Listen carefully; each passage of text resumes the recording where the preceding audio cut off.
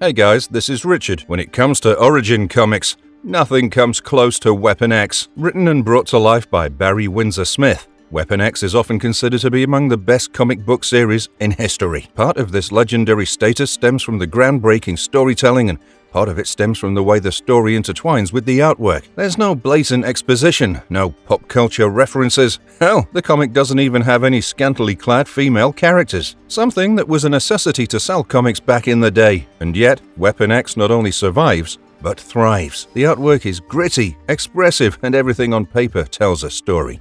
So, without further ado, let's explore this magnificent piece of work. Weapon X. Prologue. Time has been a blur for Logan. He's been living his days stuck in a rut, stuck in the same old routine. Drinking, fighting, running and struggling. He's out and about when lightning strikes a nearby tree with a loud bang. A storm is coming, and it mimics his life. He's been waiting for a storm to bring his life crashing down too. It's time he took care of something that he should have done a long time ago. It's time he writes to his mother back home. Logan sits in a bar, pondering over his thoughts, smoking his usual cigar and drinking his favorite beer. Multiple bottles are lined in front of him as a mysterious man in a suit and glasses keeps a close eye on his every move. Dear Ma, you goat-headed, misshapen, wall-eyed witch, got some news for you. The secret is out. Signed, your son with the hairy paws. It's been a long time since Logan's mother passed away. This is his way of getting some closure and some therapy. We see Truett McDonald Hudson, also known as Professor Thornton, sitting in a dimly lit room, busy cutting out clippings from magazines and newspapers. As we zoom in, we see Thornton is collecting news and information on one person, Dr. Abraham Cornelius. Cornelius has been having a tough time. Many patients have died under his care over the past decade, forcing the FBI to investigate. Cornelius has since then gone into hiding, but there's a reason Thornton has been keeping an eye on him. Keeping an eye on his whereabouts and expertise in the field. We see Cornelius finally pick up the piece of paper he was handed over by Professor Thornton. It's his phone number. And Cornelius has finally decided to give in and call the professor for a job. And as Cornelius picks up the phone, we see why his life has been hell over the past few weeks. Tons of newspaper articles about the investigation into his work have been strewn in front of him. All this has been conveyed in just 3 panels by Barry Windsor-Smith. No exposition. No need for even Thornton or Cornelius to talk. All this is being conveyed while we hear Logan's internal monologue. Some articles call Cornelius a mercy killer, while others term his deeds as malpractice. Either way, it's clear Cornelius is being hunted down for many mysterious deaths of patients under his care. When he finally makes the call, his eyes are heavy and he expects the worst. This is foreshadowing, and the way Cornelius is portrayed in this tiny panel is nothing short of perfection. The way he's drawn, the way his eyes speak, you get to know that he's a broken man, looking for a way out. Yet somewhere deep down, he knows that the path that he's choosing with this call might just end up making things worse. If you like the video so far, please hit those like and subscribe buttons. The 2 small clicks from you will help us in marvelous ways to keep on bringing you more of these marvelous long reads. We see Professor Thornton and Dr. Cornelius meet up and finalize the deal. The next panel introduces us to the doctor's first request, Dr. Carol Hines. It's just a single panel, but we get to know everything we need to know about Dr. Hines. Hines was previously hired by NASA and was with them for 12.5 months. In the application she submitted to Dr. Thornton, we learn that she's never been subjected to radiation or irradiation in the past 12 months. And despite the odd request of a lie detector test, her trust in Dr. Cornelius makes her more than ready to submit to one. Carol is also ready to take an oath of security, something that tells her that whatever project she's signing up for is highly classified. We see Professor Thornton review Carol's application, and despite his cold demeanor, Carol exudes an aura of innocence and honesty about her in the next panel. Saying that the next few panels are cryptic would be an understatement. We see Logan blowing off steam at a shooting range. His mind is riddled with contradictions as he tries to come to terms with how he leads his life. How his survival can sometimes result in innocent deaths, but that's just collateral damage. Something that's bound to happen, or at least that's what Logan tells himself. We see Professor Thornton mulling over Logan's documents in his office. He tentatively massages his chin as he goes over the repercussions of what he's about to do. We see that the computers in front of him have his next instructions, and the papers on his desk have everything he needs to know about Logan. We see that the documents are a detailed report on Logan over the past few months. It's likely the mysterious men in suits we saw following Logan in the previous panels have compiled this report. The report states Logan is an erratic and self-destructive man, something that likely stems from his chronic alcohol abuse. The language and the way Logan is referred to in the documents also tells us that he's a retiree, entitled to pension and payouts by the government. Whoever's been tailing Logan feels that he either has a nervous disorder or psychosis, but that remains to be confirmed with a medical diagnosis. The person reporting also suggests exercising extreme caution the next time anyone makes contact with Logan. Another document gives us a slight glimpse into Logan's employment. He seems to have been a firing range staff member in Ontario, Canada. Something warranted his immediate dismissal and a full investigation into his action. These panels give us another glimpse into Barry Windsor-Smith's genius.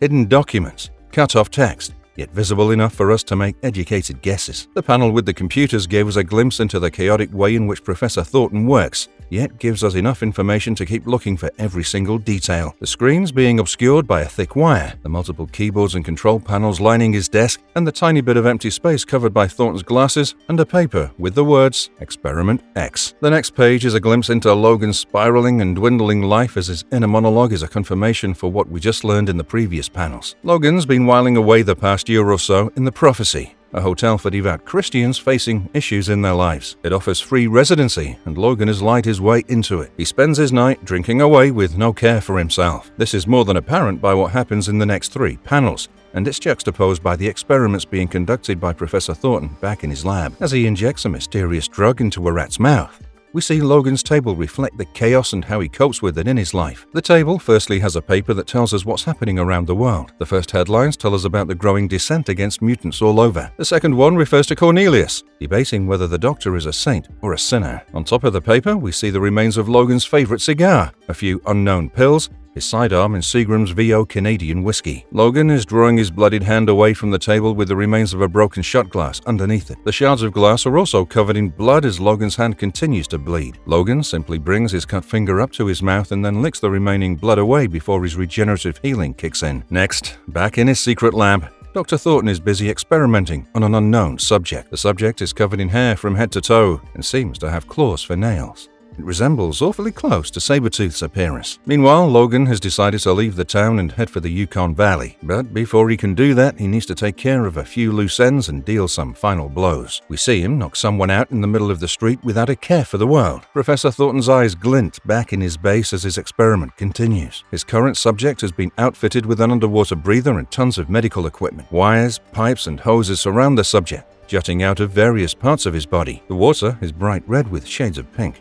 It's unknown whether it's due to blood or just the color chosen for the experiment. Logan, now back in his room in the Prophecy, is continuing with his chronic drinking as he sits on the bed, pondering over his getaway plan to Klondike, Yukon Valley. His urge to get away and run has intensified as he knows that the impending storm he's been fearing is right around the corner. As he passes out on the bed without a care in the world, his last thoughts are juxtaposed by the ongoing experiment in Professor Thornton's lab. Ever felt like a rat in a trap? Or, what do you call those things? Pinwheels or something? Like you're running for your life, but you're getting nowhere. Just nowhere. As Logan dreams and continues to ramble in his sleep, we see the experiment back in the lab again. Blood seems to have finally joined the red concoction in which the subject was suspended, and a horrific mutated skull with bony protrusions sticking out of it seems to have taken its place. Logan seems to have been having a similar nightmare as we watch his claws instinctively unsheathed while he sleeps, drawing blood from his fist. He wakes up, startled, and then holds the back of his neck, trying to push his thoughts away. Logan's covered in sweat, and as he slumps down onto his knees, we see Professor Thornton, Dr. Cornelius, and Dr. Hines back in the lab. Surrounded by tons of computers and equipment, the professor is issuing orders to Cornelius, likely something to do with their recent experiment. We see Logan ponder back in his room as sadness dawns on him. The professor's latest subject lies motionless back in the lab, with needles sticking out of his face, out of his eyes and forehead. The professor and doctor continue to work in the lab while Logan lies on the floor, back in his room. Logan has his back toward the window and we see that sunlight has started to creep in. Neither has Logan slept all night, nor have the doctor and professor stopped working on their experiment back in the lab. Dr. Cornelius is busy using high-tech magnifying glasses to operate on their subject, while Professor Thornton and 5 personnel covered in hazmat suits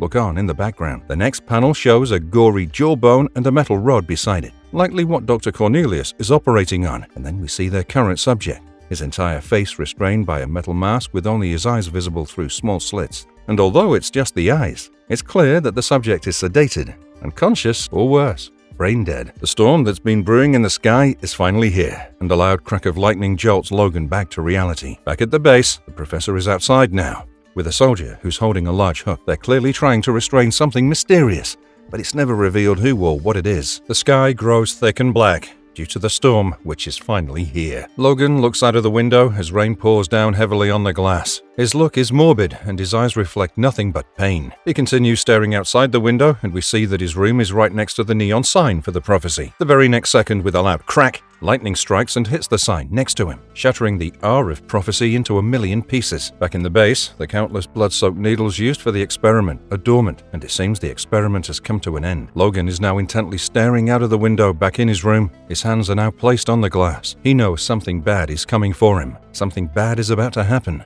but he just doesn't know what. The storm outside only mimics the one he's been fearing all this while, and when his thoughts finally get the better of him, he smashes his fists on the window out of frustration, breaking the glass in the process. As he looks out the window again, Logan's eyes reflect something completely different now. The heavy rainfall awfully resembles gunshots and explosions, and Logan's eyes are full of determination and bloodlust, just like a soldier. Weapon X, number 1. The comic opens up in a wooden pub somewhere in the woods of Canada. Logan's managed to escape to Klondike and seems to be doing well. It's in the middle of the night as he walks out of the pub and towards his car. In the background, tons of trucks have been lined up outside the pub, signifying that the place is crawling with people. As usual, Logan holds a bottle of whiskey for the ride home as he gets in his car and starts it up. But before he can drive away, we see someone sneaking up on him with a gun already drawn. The man now has a gun pointed straight at Logan's neck as he says, "Mr. Logan."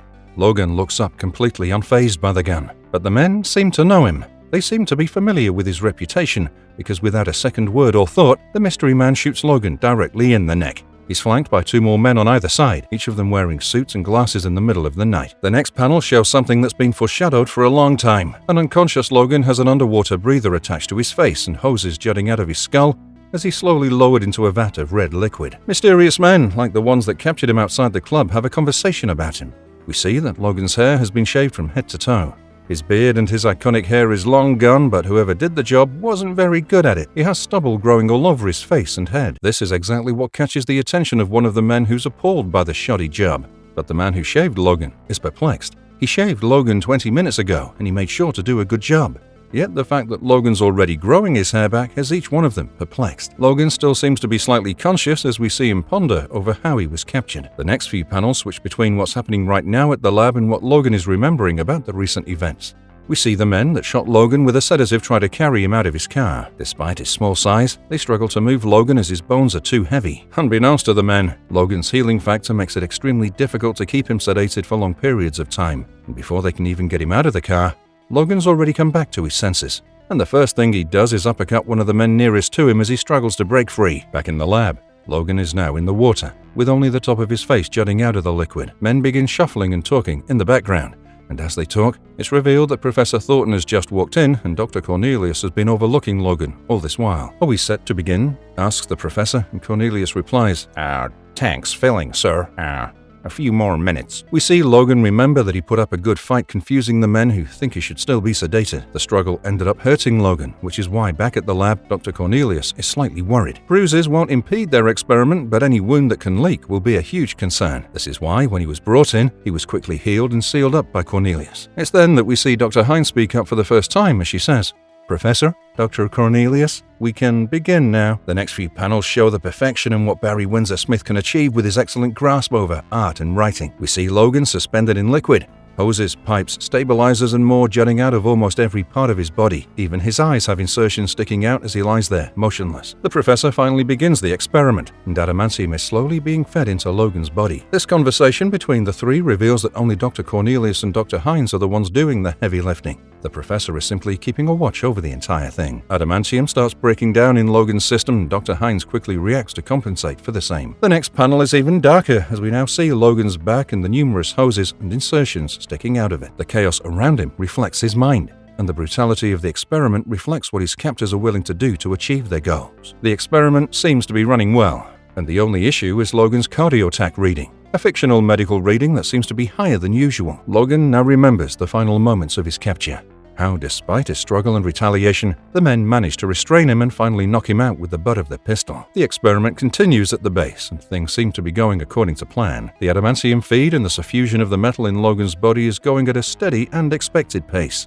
And when Dr. Cornelius expresses his gratitude for being given the opportunity to be a part of this amazing experiment, Professor Thornton's reply gives us a glimpse into the kind of man he actually is. "Of course you're honored, Cornelius," he says as Hines and Dr. Cornelius continue monitoring vitals for any discrepancies. The cardiotac readings seem to be rising, which forces Dr. Cornelius to use Phen-O-B to stabilize Logan. But he has to be careful. Too much of the Phen-O-B and the doctor could fry Logan's brain in a jiffy. The professor, who isn't as familiar with the intricacies of the experiment, asks Cornelius if this cardiotac reading is a cause for concern. I don't think so, Professor. You chose Logan for his remarkable stamina. This is his autonomic nervous system kicking in. He's a hard fella, even when unconscious. Dr. Cornelius takes a look at the vitals again and gives the order to begin the chelation process, a process that'll bind the adamantium to Logan's bones. Suddenly, Logan's body convulses in the tank and Cornelius is informed that this was Logan resisting. The team moves in to compensate for the same as Logan unknowingly continues to struggle and resist the chelation process. In the next panel, we see Logan's body relax again as his core gives into the gravity. But though the team has managed to equalize his resistance to the process, the adamantium feed is now impeded. The team is forced to use the backup channel feed for adamantium in order to compensate and balance everything out. Cornelius then asks Hines about Logan's cardiotac readings and things aren't looking good. His levels are rising rapidly, but using any more Phen-O-B risks them losing Logan's brain. Cornelius is now starting to have second thoughts, and even though he went over Logan's medical history over and over again, he could have missed something. He has Dr. Hines pull up Logan's files up on the screen, but even she can't find anything abnormal with Logan's cardio functions. "You're really letting me down here, Cornelius. Why didn't you prepare for this in advance?" The professor is clearly not happy about this, especially now that the adamantium feed has been impeded again. Cornelius manages to feed the issue in a jiffy as he replies to the professor, "I'd prepared for everything, Professor, but who could foresee this? It seems that Logan's highly accelerated heart rate is draining the adamantium reservoir at a rate of 53 in 1. And he's right. Hines informs them that the ideal rate should be 24 in 1. We see Logan lie motionless in the tank, his body riddled with insertions and hoses as bubbles hiss from his respirator. The professor and Cornelius look over the experiment tentatively as Cornelius goes on to assure the professor that there shouldn't be any more hiccups. After all, if Logan's heart rate could go any higher, he'd be superhuman or something. In the background, we see the technician struggle to maintain a steady feed and are having to compensate for it again and again. "We're passing the equalization point, sir. We'll have to compensate on every channel." And when Cornelius hears this, his eyes widen with amazement. He orders a refeed of adamantium on all channels. The professor, who's blissfully unaware of the intricacies of the experiment, asks Cornelius what could be causing this, but even the doctor doesn't have a clue. They've sedated Logan with enough Thorazine to drop an African bullock. So the problem is more than his auto-nervous system fighting back, something they don't know about just yet. Dr. Hines, meanwhile, has been going over Logan's files, and she's finally managed to find something. This last panel again shows Logan suspended in liquid, but this time it's all in red. Logan's core lights up yellow,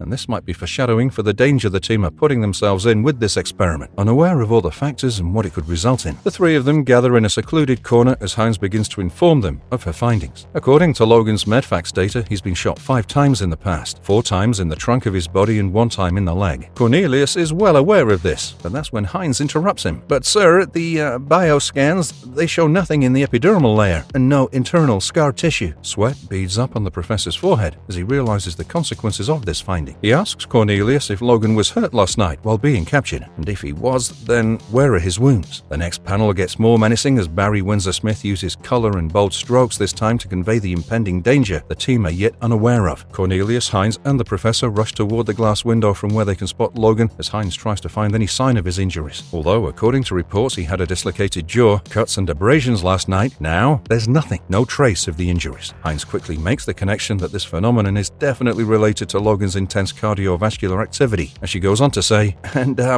I know this isn't important and might seem silly, but, Mr. Logan's hair has almost entirely grown back in the past 20 minutes. We see that Logan's hair has indeed grown back. His iconic sideburns and wild wavy hair is back. And that's when it dawns to Dr. Cornelius that they're in the middle of something unprecedented, something unexpected, because Logan isn't human. He's much more than a human. Dr. Cornelius's brain starts working overtime as he scrambles to come up with a plan. While busy prepping for possible inevitabilities, he fails to notice the professor look at him suspiciously and then slowly walk away from the group. Cornelius heads over to the techs working at the feed stations.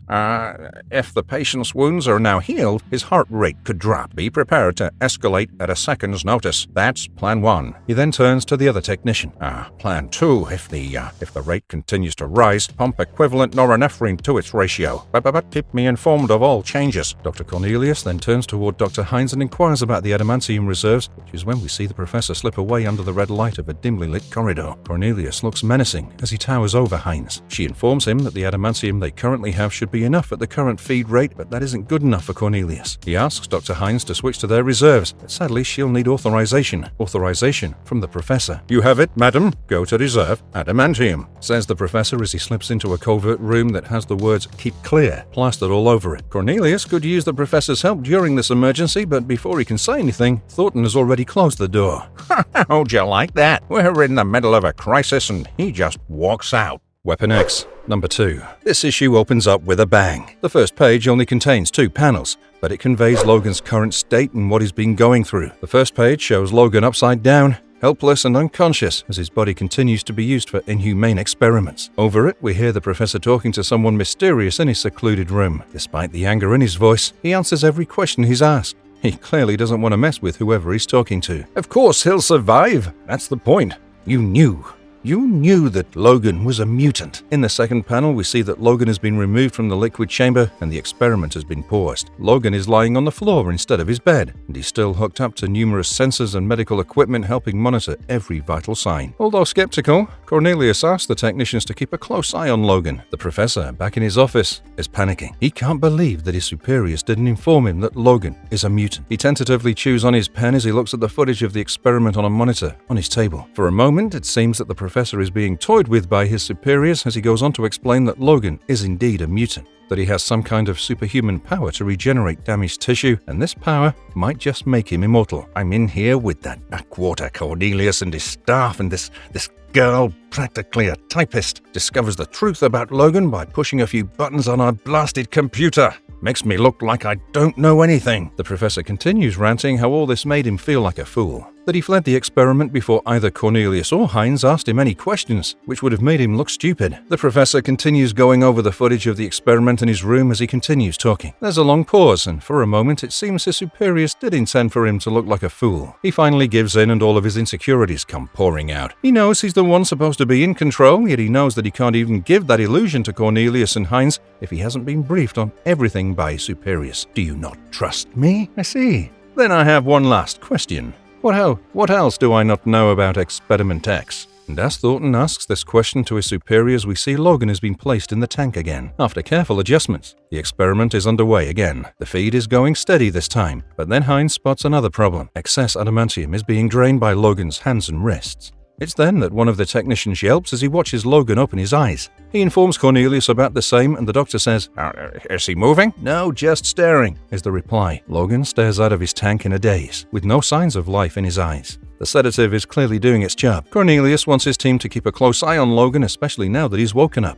Despite the chaos in every panel on this page, the panel where Logan wakes up for the first time is drawn to perfection. Despite the multitude of colors, Logan's eyes communicate everything we need to know. There's no thought, no life in them. They're dead, and they belong to a broken man. The adamantium feed continues as the next panel glimpses us into how Logan might be feeling during this experiment. His world is turned upside down, and the red liquid of his container gives the shade of red to everything he can see through the glass container. Dr. Cornelius is growing wary with each passing second. He knows these last moments are crucial, but his senior, the one in charge, Professor Thornton, is nowhere to be found. He instructs one of his teammates to page the professor and get hold of him as soon as possible. But that's when Logan seems to gain some kind of consciousness. His eyes now reflect intent. They reflect analysis. Although tired and in extreme pain, Logan is looking around, soaking in every detail. Like the previous panel, nothing needs to be said here regarding Logan's feelings. His eyes do the talking as we see the technicians grow frantic with each passing second. The startled technician informs Cornelius about Logan's movements, how he's managed to lean forward and is now looking out at everything intently. "You don't need to tell me every time the patient shifts weight," says Cornelius. We see Logan convulse and try to curl up into a ball in the next panel. However, due to all the equipment and protrusions jutting out of his body, he's unable to do so. In the lab,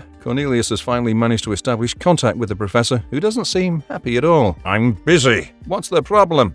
Despite Cornelius's requests, Thornton refuses to show up in the lab. In the background, technicians monitoring the adamantium feed update the status with each passing minute, and we learn that all the feeds are now accelerated and are being fed at a much higher rate than expected. "There's excess adamantium drained to the hands and the wrists, Professor. We can't account for it, and we're unable to stop it," says a panicked Cornelius. The next panel has no dialogue and no exposition. But like all the previous panels, it does more than enough to convey what's going on through Logan's mind. He seems to be slowly coming to his senses as he looks down at his hands and body. He watches all the hoses, wires, and pipes inserted into him. Maybe he was able to hear Cornelius' concern because he seems to be staring down at his wrists, or maybe that's where it pains the most due to the excess adamantium feed. The next moment, it seems Logan gives in to the pain as we watch him throw his head back in the tank as Thornton bellows at Cornelius back in the lab. "It's all part of my program, Cornelius. Do you think I don't know what I'm doing?"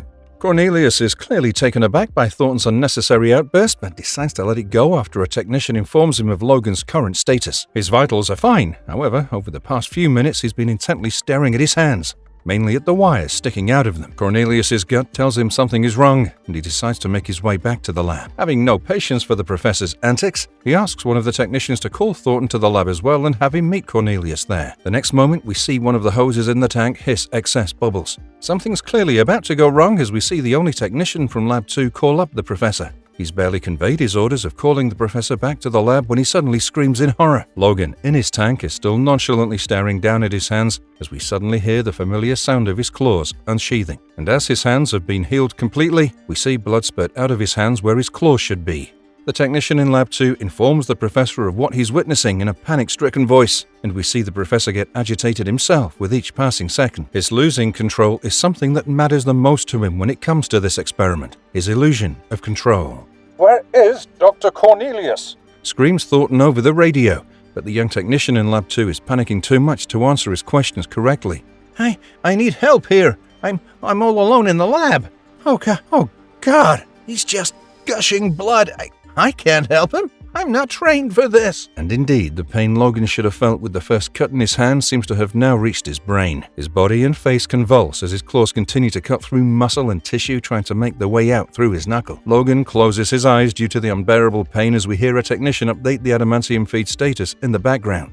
Unstable. The pain is too much to bear as Logan raises his wrists and holds his head between his elbows. Blood is now shooting in every direction from his wrists, and every muscle in his body constricts with the onset of extreme pain. Back in Lab 2, the conversation between the young technician and the professor is abysmal, to say the least. Just like the panic-stricken technician was unable to comprehend Thornton's order, Thornton couldn't care less for his well-being. All he cares about is being on top of things, and he orders the young techie to patch him into his monitors so he can keep a close eye on Logan. Yes, sir. Sir, should I go in and help him? We finally get to see the professor back in his secret room. He hovers over the monitor like a hawk as he watches what's happening closely. He orders the technician to hold back, but as the events unfold, he seems to reconsider his orders. Being the young naive technician that he is, he asks the professor if he should go and help Logan again. But he must be in terrible pain, sir.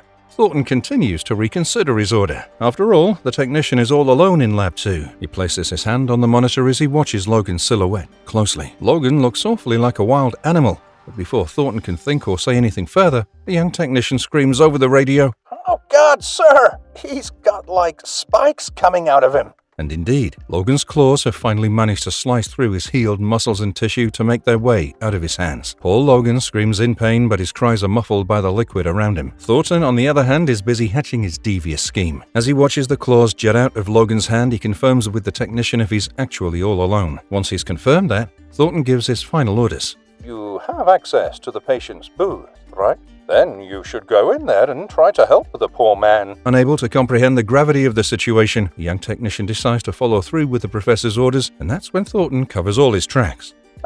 Be sure to close the security door after you enter, cadet. Just to be safe. Good lad." Cornelius, meanwhile, is a good 50 to 100 feet away from the lab as he makes his way over. Things have been awfully quiet for him over the radio, and his gut tells him something isn't right. On the way to the lab, he asks 2 security officers to accompany him. He wants them to stick close to him, because with every step he takes, his gut feeling grows stronger and stronger. Cornelius reaches the Lab 2 door and asks about the technician inside as he makes his way in. The security guys don't even remember the technician's name because he's a new joinee, and today is his first day on the job. Cornelius knows this is bad, because in that case the technician should be far away from this part of the lab. As he opens the door, his eyes widen with shock and horror as he watches the scene in front of him. All he can do is remember the Lord as he spots Logan standing over the dead body of the young technician. Logan still seems to be in a daze and looks like he might have acted on his instincts, because he stands as still as the dead body on the floor. He's refusing to look up toward Cornelius and the security personnel who are busy coming to terms with what's just happened. We see a hint of guilt, pain, and sadness in Logan's eyes as he seems to come back to his senses. He stares at the dead body and then at his hands in disbelief as we see Cornelius try to explain the situation to the security personnel. Logan! That's my patient. Logan! God, what's happened to him? He's murdered the boy, and those knives sticking out of his hands. Thornton sits in his office calmly as he watches the scene unfold over the monitors. He's unfazed and seems more curious than astonished at the murder. Cornelius is the first one to connect the dots and concludes that Logan looks like a mad animal, and the security personnel agree. They want to rush back to get the biggest guns to blast Logan away, but Cornelius knows it's already too late. Something in his gut tells him that they've unleashed an unstoppable monster. It's then that Professor Thornton has heard and seen enough. He pushes a button on his control panel to stop the feed to his monitor, and as he places his hand underneath his chin, he says, "Magnificent." Weapon X, number 3. Issue number 4 sees Barry Windsor-Smith experiment with the artwork even more when compared to previous issues. The first 4 panels on the first page create a sense of depth by showing us what would have been Logan's point of view looking out at Dr. Cornelius and Professor Thornton. We see the viewing window's glass shattered with large chunks still sticking out of the borders. Cornelius sits down in a chair, likely drinking some Danish coffee, his favorite, to calm his nerves as the professor towers over him. We move closer and closer as the conversation between the two carries on. Closer to Cornelius, closer to Thornton, closer to the large shards of glass that awfully look like Logan's claws. Cornelius can't help but express his disdain for what the professor has had him do. He's created a monster, and if he'd only known the extent of his employment earlier, he might have even punched the professor in the face. Not a monster, exactly. But Cornelius isn't in the mood for any mind games from the professor anymore. Devil with that. It's a mindless, murdering animal. That's when Cornelius sees the professor falter for the first time, hesitate for the first time. And that isn't because he's guilty or feels remorse. No, far from it. It's because he's about to reveal the next step in his plan for Logan to Cornelius.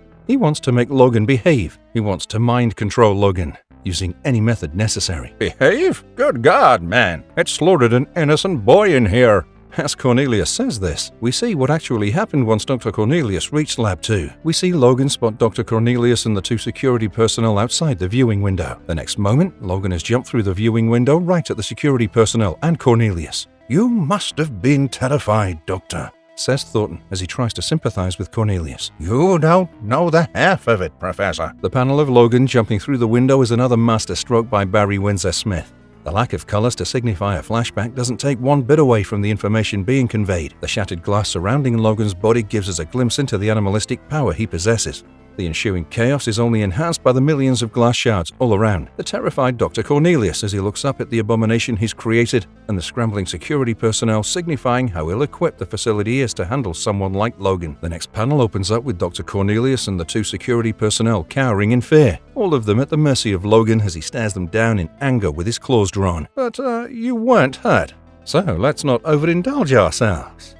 Thornton's indifferent and careless attitude towards the people he employs finally seeps through. Cornelius, still a bit oblivious to Thornton's nature, tries to tell him what happened next. "Logan could have killed us all. I met his eyes for a second, filled with hate and fury, but I couldn't tell if it was some animal bloodlust or horror at what we've done to him." The panel used to convey this finally utilizes what's been glimpsed in the past comics. We've seen Logan's expressionless face and his expressive eyes used to convey emotions. But now, as he rages, his expressions match his eyes, and one can see the hatred and hostility filled in them as he bares his teeth. Thankfully, Dr. Cornelius' luck didn't give up on him, because the moment Logan jumped through the window, he ended up severing the hoses and wires which were his life support. Despite Logan's determination, his body gave out and he collapsed on the floor moments later.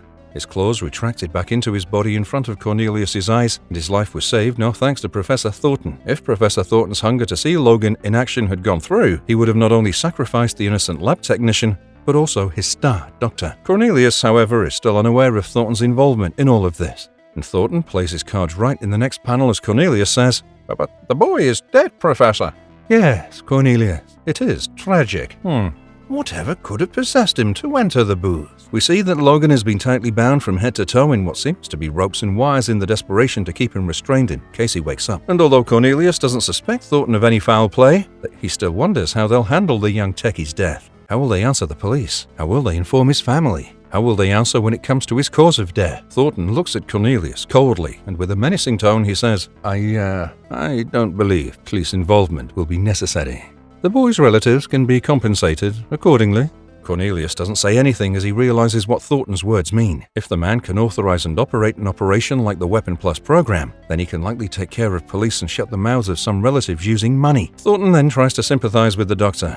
He knows that if he doesn't give Cornelius something substantial and involve him further into the program, he risks losing him. His loyalty, and Thornton's most precious treasure, his control over his subordinates. We see security personnel carry Logan away as Thornton says, "Doctor, I realize you must be feeling a little estranged from me right now, so perhaps it's time I induct you further into my program. But I'll require your explicit trust. Do I have that, Cornelius?" Thornton looks at Cornelius menacingly, as though not requesting his trust, but demanding it. We see Logan unconscious as he's hooked back up to his life support and other medical equipment that'll be used to monitor his vitals. Cornelius tries to delay by saying that there's a lot he needs to understand, but Thornton continues to pressure him, promising that he'll explain everything once he has Cornelius's full loyalty. And we see shadows take over Cornelius's face as he realizes how deep he's dug the hole for himself that he's about to fall into. Unwillingly, knowing that he has no choice, Cornelius says, "Well, okay, if you want, then I trust you." It's what Thornton's been waiting for, and that's when he goes on to inform Cornelius about Homo Superius. They're back in the lab where Cornelius was attacked, and glass shards still stick out of the borders of the broken window while pieces of it are scattered on the control panel in front of them. Ominously, these shards still resemble the claws of Logan as they talk about mutants. Thornton presses a button on the control panel and brings up Logan's current footage while he's restrained by ropes and wires. Pieces of glass are scattered over the monitor as Thornton says, "Mutants aren't human, Dr. Cornelius. They are Homo Superior. Logan isn't human. Therefore, he's Homo Superior." Professor Thornton points at the monitor and asks Cornelius what he sees. "What do you think?" "I see a wild beast that was once a man." And this is when Barry Windsor-Smith heavily lends into foreshadowing. The shards of glass that resembled Logan's claws, the ones we talked about earlier, were usually pointed at Professor Thornton, but now they jut out from both sides of the panel, this time targeting Dr. Cornelius as well. Thornton then goes on to indulge the doctor into his twisted take on what mutants are. Thornton believes that they're different, primal beings just like wild animals pretending to be human. Now that they've stripped Logan's subconscious and scarred his soul, he's finally become what he was meant to be. A wild beast, like Cornelius said. Cornelius is still unaware of mutants, so he goes on to theorize that the adamantium bonding process might have turned Logan into a mutant. "Oh, Doctor, you must understand that this infernal thing is what Logan has always been. A determinedly violent individual, pummeling his way through a purposeless life." Thornton continues his bigoted rant about Logan as we see him restrained and tied up like an animal in an inhumane position. Thornton goes on to criticize the way Logan led his life. Unaware of what made the hundreds of years old mutant like this, he believes that Logan's days were only distinguished by his drunken nights and the fights he fought at night. And even though he was wounded each night, his wounds would have healed by the time he woke up the next day, and this cycle continued. He believes this life, this was Logan's suffering, his abhorrent destiny decreed to him by nature itself. And even though he ended up becoming a government agent, he was only fighting for a dying country, with no care for his life. Shot, stabbed, and beaten in the course of his duty, recklessly seeking the honor of dying for his country. How pitifully desperate he must have become. This emotional spin seems to be swaying Dr. Cornelius, who ends up agreeing with whatever Professor Thornton has been saying. Logan continues to writhe in pain while desperately trying to break free of his bonds as Professor Thornton concludes his take on Logan's existence. But now this demon is free, released by the intervention of Experiment X. The double lid is supplanted by the superego, and all of Logan's primal instincts are focused and resolved. And what you're looking at right now, Doctor, is the most formidable tactical weapon ever conceived. The two continue monitoring Logan on the monitor when Logan unsheathes his claws once again, which in turn cuts through his muscles and tissue again. Once unsheathed, he uses his claws to cut the restraints holding him captive. Cornelius, still unaware of the reality, assumes that the knives are pure adamantium and were a planned part of the suffusion process. This angers Thornton, who screams at Cornelius for not understanding a word he said till now. They're not knives. They're Logan's mutant claws. When Thornton spots Logan having sliced his restraints, he immediately screams for security. And before Logan can even react once freed, he's bombarded with tons of firepower, which knocks him out immediately. Cornelius watches in horror as Logan is inhumanely bombarded like an animal. He holds his face in his hands as Professor Thornton tries to justify his actions as a necessary precaution. But Dr. Cornelius still has a heart. He knows there's got to be some amount of human still left in Logan. Logan, meanwhile, lies unconscious once again in his cell. His body burnt and sizzling from the recent assault, and his restraint still tied around various limbs in an attempt to keep him restrained.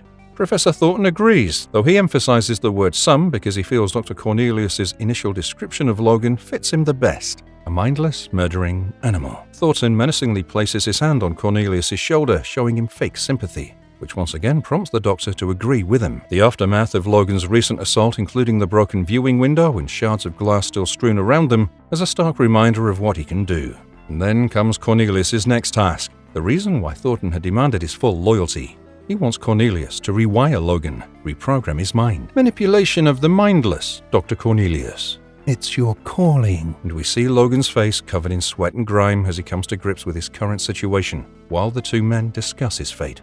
Dr. Cornelius is now in the process of rewriting and rewiring Logan's brain. In his mind, however, he still struggles with what he's done to Logan. Once a man, a mutant, now turned into a beast and scored down to his bone and brain, all because of Dr. Cornelius and Professor Thornton. However, despite his guilt, he's given in to Professor Thornton's opinions and now considers Logan a mindless beast, a murdering animal, one that needs to be trained. His brain needs to be reprogrammed so he can be controlled. Dr. Cornelius has placed Logan in a custom cradle that's full of wires and has tons of medical equipment attached to his body and brain. Dr. Hines accompanies him in the operation while Professor Thornton overlooks the entire thing as usual. Dr. Cornelius is using a cardiolimiter to gauge Logan's stress levels. His brutish impulses have been greatly exaggerated since the adamantium bonding process, and this will help him plan Logan's future treatment for his brain accordingly. Thornton's responses make it clear that he's no knowledge about what's going on and he's completely relying on Hines and Cornelius for this procedure. To compensate for his lack of control, Thornton keeps criticizing Cornelius's approach and how he doesn't see the point of gauging Logan's stress level. They should already be reprogramming and reorienting his brain. Professor Thornton is itching for control over Logan. In order to show Thornton that everything hasn't been in vain, Cornelius hands him a headset and asks him to use it to sort of control Logan. It isn't complete control, but it's a direct link to Logan's consciousness. Professor Thornton can use it to give suggestions and influence Logan's reactions and choices. The headset is also linked to Logan's brain's visual output, so whatever Professor Thornton says, its direct consequence will be shown on the big screen. Logan, you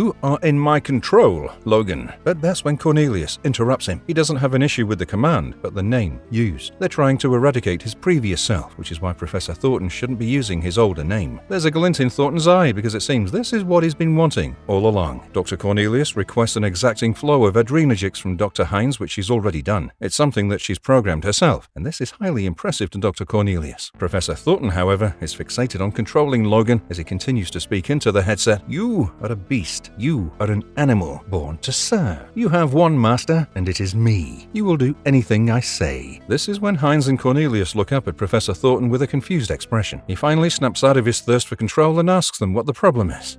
Professor, we haven't begun yet. The machine isn't on, and this is it. Hines and Cornelius now know that Thornton's a puppet, exercising false control over them. He can't even figure out if the machine has been turned on or off. There's a long pause before an embarrassed Professor Thornton finally replies, "Then please get on with it." Logan lies motionless in the cradle as insertions from his eyes and cheekbone jet out into the air. Medical sensors and hoses have been attached to his forehead as Cornelius creates a log before beginning the experiment. Subject: Experiment X, Set 3 of 6. Adamantium cell bonding process, stress and engram block and block complex. Once Hines confirms that she's logged all this information, Dr. Cornelius gives a thumbs up and the experiment finally begins. Now knowing the extent of Professor Thornton's knowledge, Cornelius advises him to avoid any directives to Logan during the psychotechnic tests. It can alter and affect how, but before he can go any further, an arrogant Professor Thornton confronts him and says, "Thank you for your suggestion, Doctor. Have you any more?" Cornelius bites his lip and doesn't say any more. Suddenly, the control unit Hines was using to conduct the experiment goes up in flames with a small blast. The entire lab's alarm systems start blaring incessantly, and Professor Thornton puts his hands over his ears begging for them to make it stop. But Dr. Cornelius knows something's wrong. He knows there's been an overload and Hines is desperately trying to fix the issue. The next moment, the monitor hooked up to Logan's brain, which is designed to show the direct visual output for whatever Logan's thinking or feeling, starts displaying images. And this is when, through his impeccable artwork, Barry Windsor-Smith gives us a glimpse into Logan's broken mind and the extent of pain he feels. The first image is incomprehensible. It seems like 3 ribs, with smaller spikes growing out of them every inch or so. This image startles all 3 of them in the room as Cornelius desperately tries to make sense of the image on the screen. Hines then informs him that it's the internal feedback from Logan, and the imaging is so powerful that it's overloading the circuits of their equipment, frying everything in the process. "Something's wrong here," says Cornelius, and he doesn't need to tell the others twice, because the next image displayed on the monitor is far more hideous and horrific. It's a mutated and twisted view of Logan's ribcage along with his spine. Smaller spikes continue to grow out of each bone that word he imagines. It's the extent to which Logan's mind can currently imagine its own being. However, his mind's unable to imagine his face or teeth, which appears as a horrific blob with a disjointed row of teeth. Suddenly, the word pain starts echoing through the speakers as Logan's internal feedback continues to take over their equipment. Shut it down! Shut it down! Miss Hines, shut it down! We'll check the data preps, screams Dr. Cornelius, clearly horrified and scarred by what he's seen on the screen. But despite all her attempts, Hines is unable to shut the machine down, and that's when we get the next image, likely a representation of what Logan, or what's left of him, sees himself as. A mangled, fleshy skull comes on the screen with misaligned jaws and incorrectly placed teeth. Every part or bone that Logan imagines has spikes sticking out of them, a representation of his claws it seems. And as the horrific skull comes on the monitor, the speakers echo with the words, "Eye, hurting, pain." And then it seems Logan is finally able to control what's happening, as he's now able to address Professor Thornton, Dr. Cornelius, and Dr. Hines. The image on the monitor intensifies, and although the skull is now more human-like and anatomically aligned, it's more horrific than ever before. More spikes and claws jet out of every part of the skull, this time mimicking the insertions the doctors have shoved into Logan's body during the entire experiment. His teeth are bony and pointed, while the rest of his ribcage and spine are more defined, with more spikes jutting out. With some sort of control over his brain now, the image on the screen screams, "What have you done to me? Pain!" Professor Thornton is shaking in his boots as he orders Cornelius to stop this at once, but Dr. Cornelius is helpless. Unfortunately, they aren't doing any of this. They're simply receiving this signal.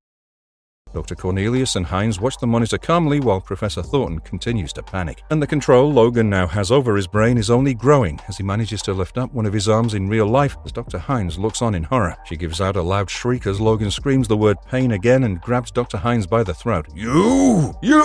He screams as Dr. Hines shrieks under his grasp. She screams for Dr. Cornelius to help her as he simply looks on, stunned in horror, frozen to the spot. Logan looks at Dr. Hines menacingly and says, You pain to me.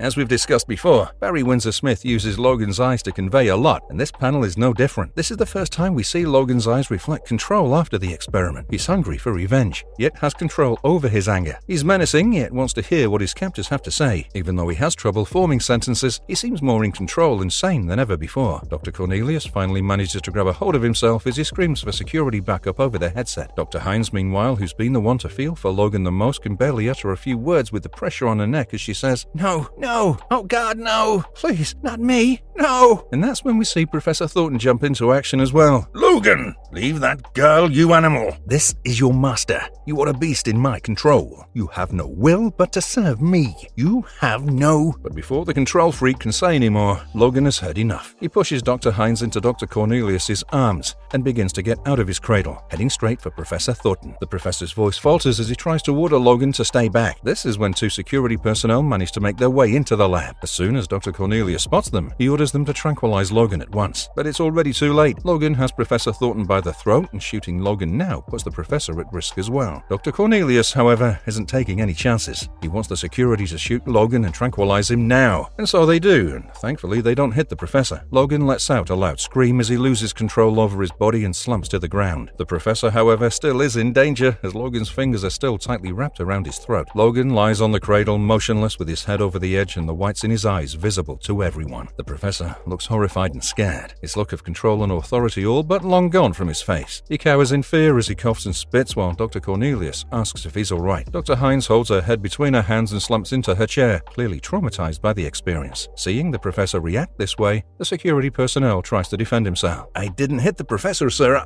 I know it. And that's it. This is what makes Professor Thornton snap as he starts screaming at the top of his lungs while adjusting his glasses. Kill him! Kill him! We must kill Logan now. He's a wild animal. We can't control him. And just like that, after this small incident, all his bravado, all his theories, the confidence, the ego, all goes right out the window. Clearly panic-stricken, the professor tries to snatch away the gun from the security personnel who tries to resist. He hasn't been authorized to comply with such orders. Dr. Cornelius steps in and pulls the professor away as he tries to calm him down, but the professor is too consumed by his panic and ego. That beast tried to kill me, didn't you see? Dr. Cornelius can't believe that this is the man he's been working for, this man with such a fragile yet huge ego. He tries to calm down the professor, tries to make him realize that he's in a state of shock and needs to take it one step at a time. He then orders one of the security personnel to fetch the medical staff so that they can take care of the professor. Dr. Hines' face says what Cornelius can't. He puts a hand to her forehead as she realizes the mess she's in. How their superior is nothing but a bumbling baboon with a hunger for control. But as she wonders and thinks, her eyes fixate on Logan's hand. She watches as with a tiny pop, his claws begin to unsheath. She screams in horror horror for Dr. Cornelius as Logan's claws slowly continue to unsheath. This isn't the way they usually unsheath, and Dr. Cornelius knows this. He asks Dr. Hines to calm down and tells her that Logan is completely sedated. He had custom darts made for all security personnel that have been specifically crafted to Logan's specifications. This unsheathing of claws is just some sort of reflex or an impulse. And this is when Dr. Cornelius takes his first shot at the professor. Good thing it didn't happen when he attacked you, Professor. Because it did happen when Logan attacked Cornelius. And Dr. Cornelius's assumption was right. It is indeed an impulse. An impulse because of what Logan's imagining. Dr. Hines screams in horror as she points toward the monitors. On the monitors is the image of Professor Thornton murdered with Logan having stuck his claws right into his skull. 3 prominent holes in the professor's forehead and eyes are evidence of this, as he lies there in a pool of his blood with a horrific expression on his dead face. Wolverine's arm involuntarily hangs in the air as though he's thrusting his claws through the professor's skull, even while he's unconscious. Dr. Cornelius knows that they've seen enough. Turn off the monitors, Miss Hines. I think we've had enough for today.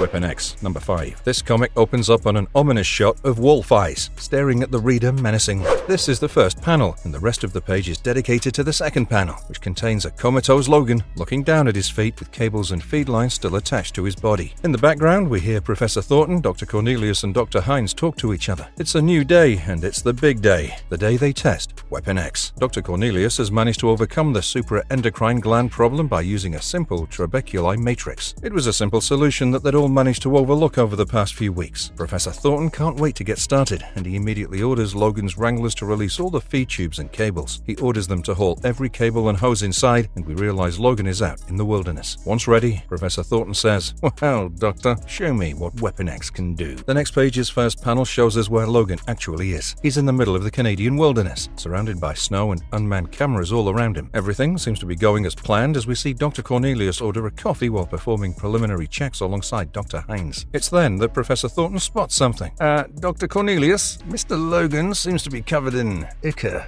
Sheep's blood, Professor. Quicker ascent. We see the team keeping a close eye on Logan as they excitedly wait for whatever's supposed to be attracted by the sheep's blood. Cornelius finally has his Danish coffee delivered to him, and the restlessness in his voice finally subsides. But Dr. Hines is getting restless with each passing minute. Logan has been out there in sub-zero temperatures for the past 10 minutes. Stark naked. She wants to get on with the test. Cornelius asks her to follow the procedure as intended, and she proceeds by checking his vitals. We realize they've been holding wolves captive that'll attack Logan as soon as they're released, and even though Logan can hear them growling and howling for his flesh, his adrenal levels and heart rate are still normal. It turns out Logan can hear and see now, but whatever Dr. Cornelius has done to him has rendered him powerless to his own will. Dr. Cornelius finally gives the orders everyone's been waiting for. Release the gate! The very next moment, we see the gate being slowly lifted up for the cage in which 4 wolves have been captured. Professor Thornton wants to know when the animals were last fed, and the wranglers inform him that it's been a week since they were fed anything. Well, gee, they can have my Danish, jokes Dr. Cornelius as the wolves are finally released and each of them scrambles and howls as they lunge toward Logan menacingly. Logan stands there, still as a rock. It's as though he doesn't even see or hear the wolves approaching him. This is when Dr. Cornelius and Professor Thornton switch roles. Dr. Cornelius starts worrying while the professor asks him to give Logan a chance. But Cornelius has good reason to worry. There's no rise in heart rate, no rise in stress levels, and definitely no rise in adrenaline. Is he alive? Asks Thornton, and Cornelius nods. Of course Logan's alive. He's just not reacting. Logan continues standing there like a statue with his eyes closed as panic in Professor Thornton's voice grows. Every vital sign reads normal, yet Logan refuses to attack. The wolves are now upon Logan, biting and gnawing at his body as they take him down. Still, despite the attack, he refuses to respond, and Professor Thornton continues to panic. He doesn't want to lose his precious and expensive Weapon X in the first physical test. They'll rip him to shreds. He won't be able to heal if he's in bloody pieces. Professor Thornton wants to shut everything down, but that's when Dr. Cornelius sees what he's been waiting for. The epinephrine reading is finally rising, and Logan has indeed started using his hands to fend off the wolves. It's instinctive, as the claws aren't out yet, but as soon as the epinephrine reaches 100%, Logan screams a feral animalistic roar and puts his hand up in the air and his claws once again unsheathe, while slicing through muscle and tissue in his forearm and hand. The bloodlust! That ferocity! Gentlemen, we finally succeeded, says Professor Thornton in delight delight when he's interjected by Dr. Cornelius. I don't think that sound is bloodlust, Professor. I think it's pain. And indeed, Cornelius is right. The claws are still in their infancy. Every time they unsheathe, they tear their way through Logan's forearm, wrist, hand, and then finally his knuckles. Logan, still on the ground with 3 wolves still gnawing at his body, thrusts his right hand into one of the wolves, lifting it high up in the air as it yelps out loudly in pain. Logan then goes for the other wolf. His face is still expressionless and his eyes are still stuck on the ground. It's as though he doesn't feel anything except pain. "Greetings, Cornelius," demands the professor, and he's informed that Logan's heart rate is off the scale. The stress levels are phenomenal. Any normal human could have burned out by now, but Logan's metabolics are nothing short of superhuman. And indeed, having taken down 2 wolves already, Logan takes down the remaining 2 with 2 swipes of his right hand the very next second. But this is when Logan loses it. Even though each wolf is down, Logan has too many hormones, too much adrenaline running through his body, and he mercilessly starts cutting down each downed wolf one by one. The 3 of them sit in the lab watching everything unfold on the big screen. Dr. Cornelius contemplates what he's created, while the professor marvels at the success of his program. This is when Dr. Hines says,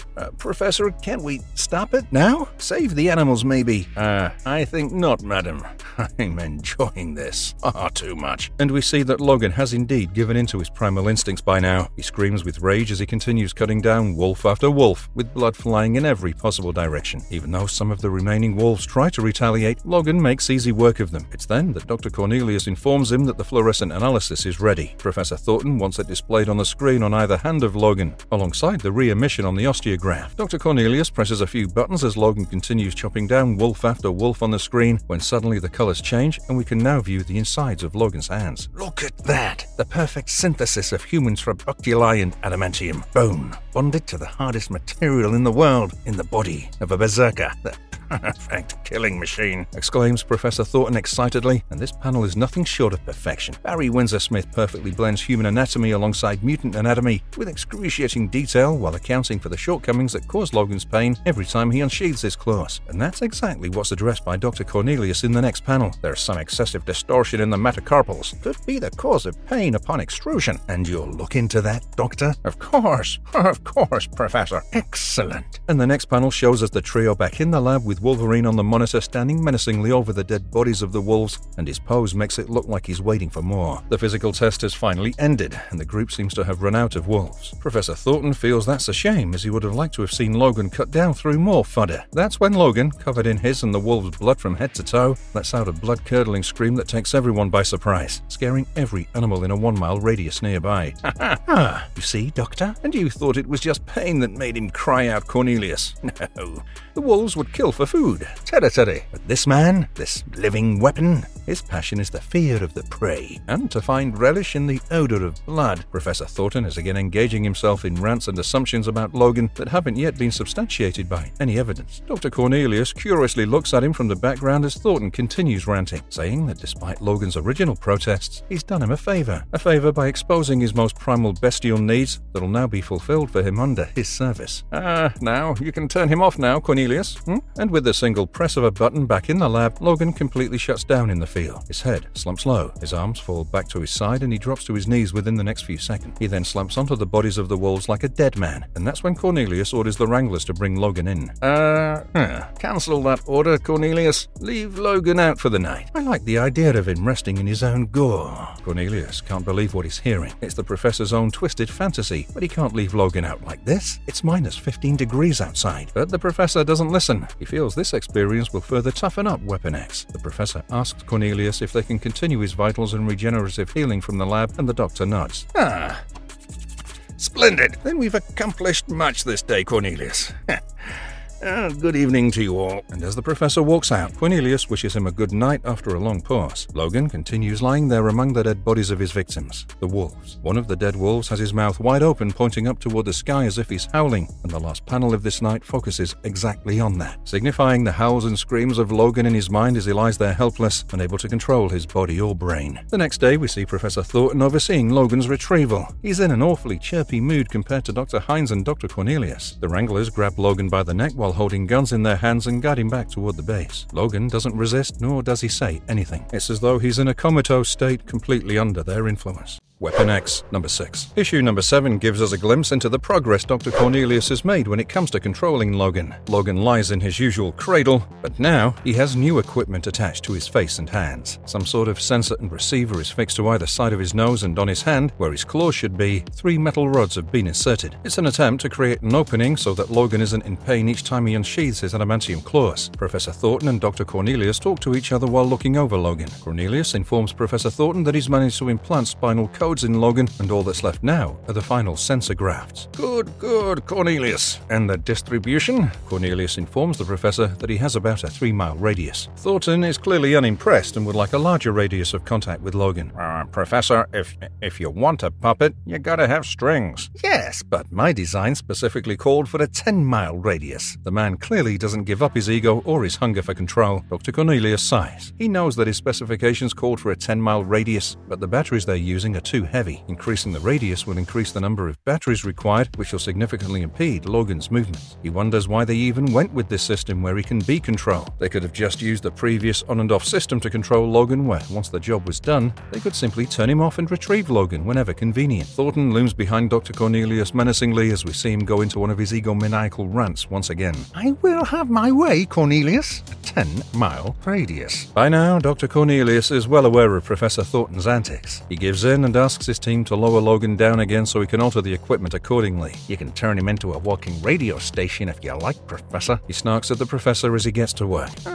Your dissent is noted, Doctor, but let's not get testy, shall we? Whatever, replies Cornelius as he gets to work. It's clear that their relationship is now straining, and Cornelius is growing tired of Thornton's unruly and unrealistic demands. The first cause of concern are the braces inserted into Logan's hand to keep the holes for his claws open. Flesh is already starting to heal and form around them, which puts them on a tight schedule. They need to work fast and get the experiment started before the holes are plugged again with the braces still inserted into Logan's hand. Dr. Hines too has bad news. Due to the excessive experimentation and attachments to Logan's spinal cord, he's leaking semen and marrow into his system. There's another problem that needs to be fixed before they can proceed with the experiment. 4 medical professionals work around Logan frantically as Dr. Hines, Cornelius, and Professor Thornton monitor everything. Logan lies on an operating table motionless with his arms spread out wide. A technician works on his right arm, trying to connect short fibers and other wires required to control Logan. His entire right hand is covered in blood and stained from previous bleeding. Suddenly, Logan lets out a loud groan and Professor Thornton jumps out of his skin. Good God, he's coming around! Don't get jumpy, Professor. We have to keep him floating so we can trace the relay flux in his system, replies a frustrated Dr. Cornelius, who has clearly had enough of Professor Thornton. Professor Thornton doesn't even know the meaning of this and asks, does this mean he's conscious? Partly, replies Cornelius as he continues instructing his staff on what to do next. Logan continues groaning, his face now slightly contorting. He clearly feels the pain. And that's exactly what Professor Thornton asks next, that if Logan can feel what they're doing to him. Dr. Cornelius tells him that yes, the current state they need to keep Logan in lets him feel everything that's happening to him. It's the reason why, despite being in a catatonic state, he's still groaning in pain involuntarily. Sensing that he's losing control after all these stupid questions, Professor Thornton tries to make up by saying, pain is a principle of life, Dr. Cornelius. Yeah, sure, Professor. And the room is silent for a while after this exchange, with only the sound of medical equipment and Logan's groaning echoing in the lab around them. Dr. Cornelius continues issuing orders to maintain Logan's vital signs. He asks them to increase the dose of Pheno B to 4, monitor his heart rate and check his sensory cortex. Dr. Hines informs him that Logan's sensory cortex is overloaded, which isn't a good sign, and we see Logan turn on his side and groan louder with his mouth open. Blood starts dripping out of his mouth, and all Dr. Cornelius can say is, he's in too much pain, poor geezer. The next panel opens up on the experiment after some time has passed in the lab. Logan's regenerative healing factor has helped them perform complex procedures without having to wait months for Logan's wounds to heal. This entire page is dedicated to a single panel, giving us a glimpse into the kind of monster Professor Thornton's requirements and Dr. Cornelius's expertise has created. An unconscious Logan sits on a chair with tons of medical equipment attached to his entire body. The receiver and sensor are still attached to his face on either side of his nose. There's wires coming out of his face and spine that attach to a large battery, a control box, and some sort of modulator. A part of this circuitry is also a helmet which lies on the ground beside Logan's right foot. Dr. Cornelius would like a few more minutes for the sutures in Logan's body to completely heal, but Professor Thornton has waited enough. He wants to run the experiment right away. Cornelius then briefs him on what they've done so far. Okay, so the cables aren't a problem. They can be reduced later. The power source and receivers, however, are temporary. We'll try to compact the boxes after this initial experiment, but I can't guarantee that it'll happen. For anything over 100 or 150 yards, we'll need the helmet to pull in the signals. Professor Thornton, despite all these changes, is still fixated on the range. He wants to know what the range is. Dr. Cornelius informs him that the range is now a little over 9 miles. Despite having done all this just to keep his ego intact,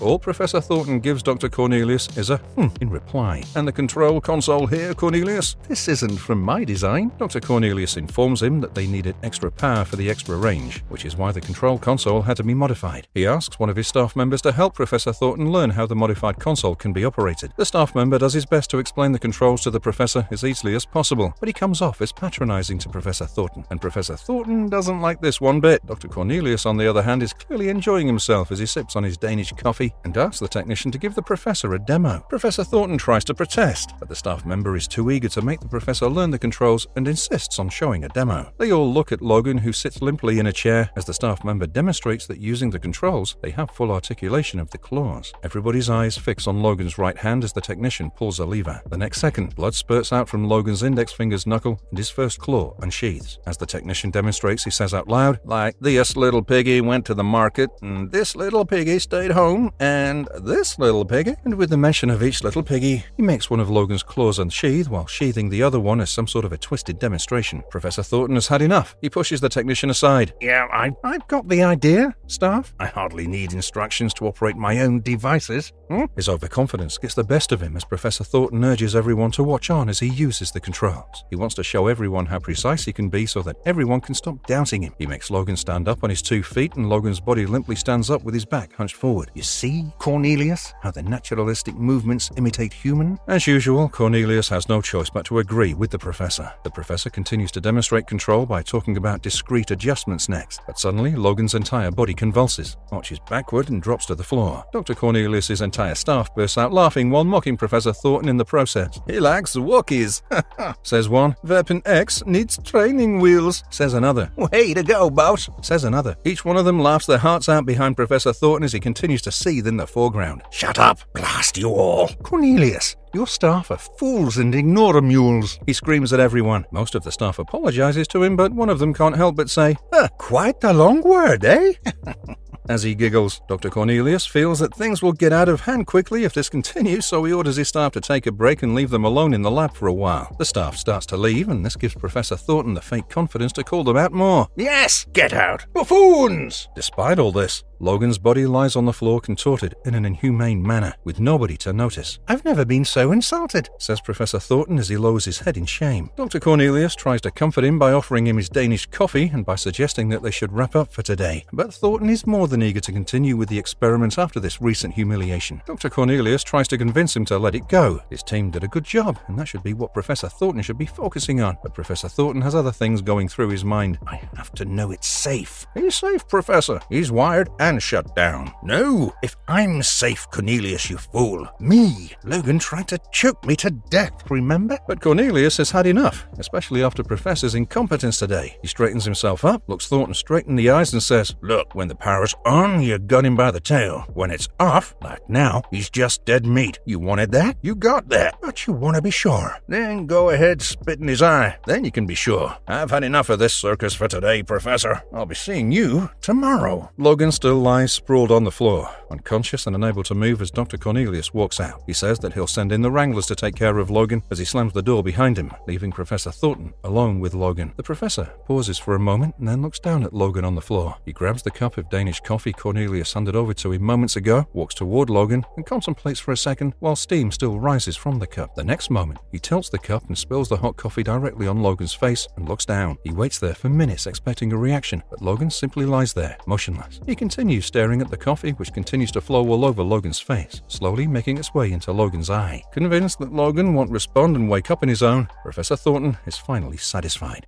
The next issue opens up on the team having progressed further with Logan's experiments. Logan's now in the Canadian wilderness with snow surrounding him like before. He's wearing the helmet and the other tech designed to control him by Dr. Cornelius. Remote cameras surround him every inch of the way, making sure that Professor Thornton and his team can track his every move. Back in the lab, Dr. Hines informs the rest of them that Logan is now 100 yards away from his designated target. Professor Thornton is impressed by the progress, and Dr. Cornelius is busy managing the cameras. He commands his team to switch to camera 8, and we see Logan from the front now. Dr. Hines informs everyone that Logan's now 95 yards away from the designated target, and this is the fastest he's ever been. Dr. Hines continues to monitor Logan's every move as she tells everyone that Logan is now downwind and he has the target scent. As soon as she says that, Logan unsheathes the claws in his right hand, drawing some blood in the process. "We need some kind of terminal there. Something to keep the flesh apart. Make a note, Hines," says Dr. Cornelius when he spots the blood dripping from Logan's right hand. Dr. Hines complies and informs everyone that the target is now moving towards Logan and is less than 45 yards away. The next panel shows us Logan grit his teeth, and this panel too has been drawn to perfection. Each and every detail has been masterfully crafted,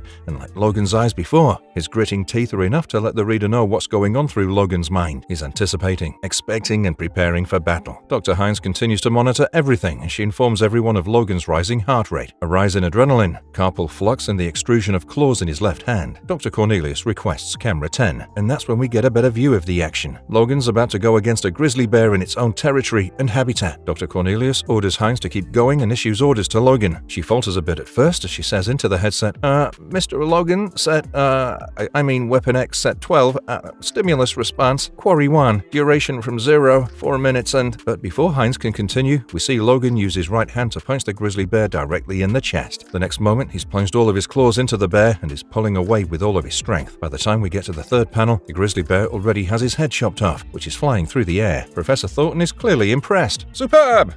Bravo! An utterly impeccable killing. The time has come, Cornelius. The weapon is primed and perfect." The bear's head lies in the snow, oozing blood from where its neck should have been, its mouth still open partly to attack and partly in shock. The way it lies motionless in the snow with its hair sticking out awfully resembles the image of Logan we've seen in the past issues of Weapon X, when Logan was helpless and at the mercy of his captors. Logan stands over the bear's decapitated head, motionless, waiting for his next orders. We hear Dr. Cornelius agree with Professor Thornton, but there's a couple of more changes he'd like to make to Logan's gear before he can grant his seal of approval as well. For starters, Cornelius wants to make Logan's helmet less cumbersome. The current design limits Logan's vision in each eye by 30%. Then the next thing he wants to improve are the batteries. Logan carries around 4 of them, and each of them weighs around 10 pounds at least. They're too cumbersome, and the entire gear isn't what Cornelius had in mind for his final design. "Shall I retract his claws, Doctor?" asks Hines, and Cornelius gives her a go-ahead, and we see Logan's claws in his left hand slowly retract into his body. Dr. Cornelius sits in a chair in the lab, monitoring vitals and the cameras while Professor Thornton looms over him in the background. Professor Thornton only wanted to have the weapon in control, and they have that, so he wants to take everything to the next level. Dr. Cornelius, however, still isn't convinced. He presses a button on the control panel and asks his wranglers to bring Logan in. He then swivels in his chair to face the professor as he says, "I just think we need a little more psychoanalysis." No more psycho this and psycho that. I want action now." Cornelius has been dealing with these tantrums for the past few weeks and has now grown used to them. The professor's words barely faze him as he tells the professor that wasn't cutting a grizzly bear down into a million pieces with a span of a few minutes enough action. The professor stares at Dr. Cornelius for a minute and then says, "I didn't create this weapon to be some imbecilic game warden, Cornelius." "Yeah? So, What are you saying here?" We see Logan being wrangled like a wild animal by his throat as he is escorted back to the lab by armed guards while Professor Thornton and Dr. Cornelius continue arguing in the background. Professor Thornton feels Logan is ready, but Dr. Cornelius needs some more time. He wants to carry out a few more tests. He needs time to improve the gear. He needs time to test Logan to iron out any kinks that he may have missed. "No, Cornelius, Logan is ready." "Yeah?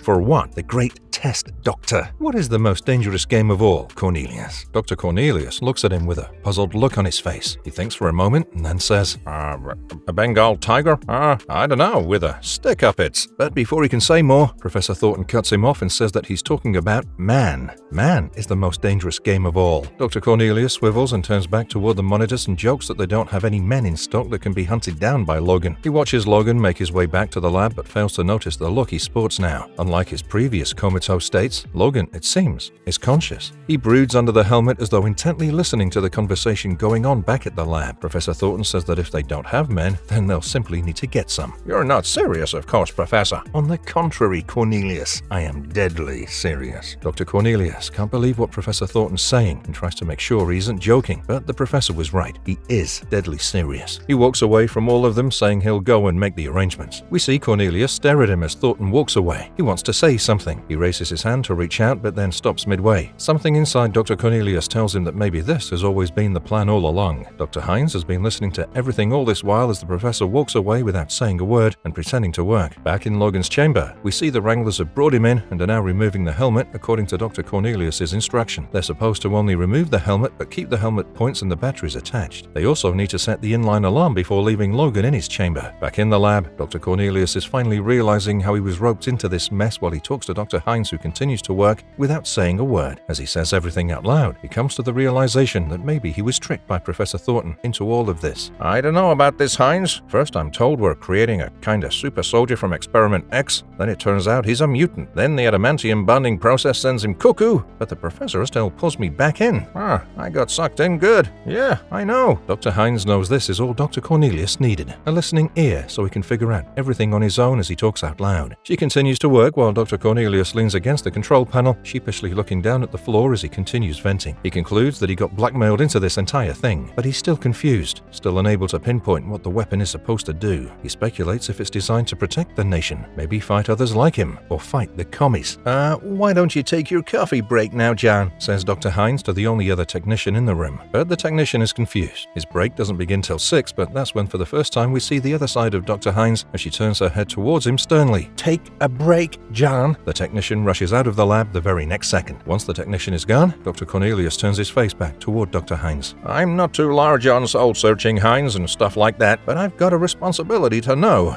I ain't got murder in me. Not like the professor. Anyways. Back in Logan's chamber, the Wranglers have managed to remove Logan's helmet and are now about to set the alarm when suddenly Logan raises his right arm and unsheathes his claws in a second. Things are about to go wrong for the entire team. Very wrong. Back in the lab, Dr. Hines looks at Dr. Cornelius for a long time and then says, If you need me, Doctor, I'll support you in anything you need to do. It's the best she can offer, and Dr. Hines' face tells us that she too hasn't been happy being a part of this project since they started torturing Logan in the first place.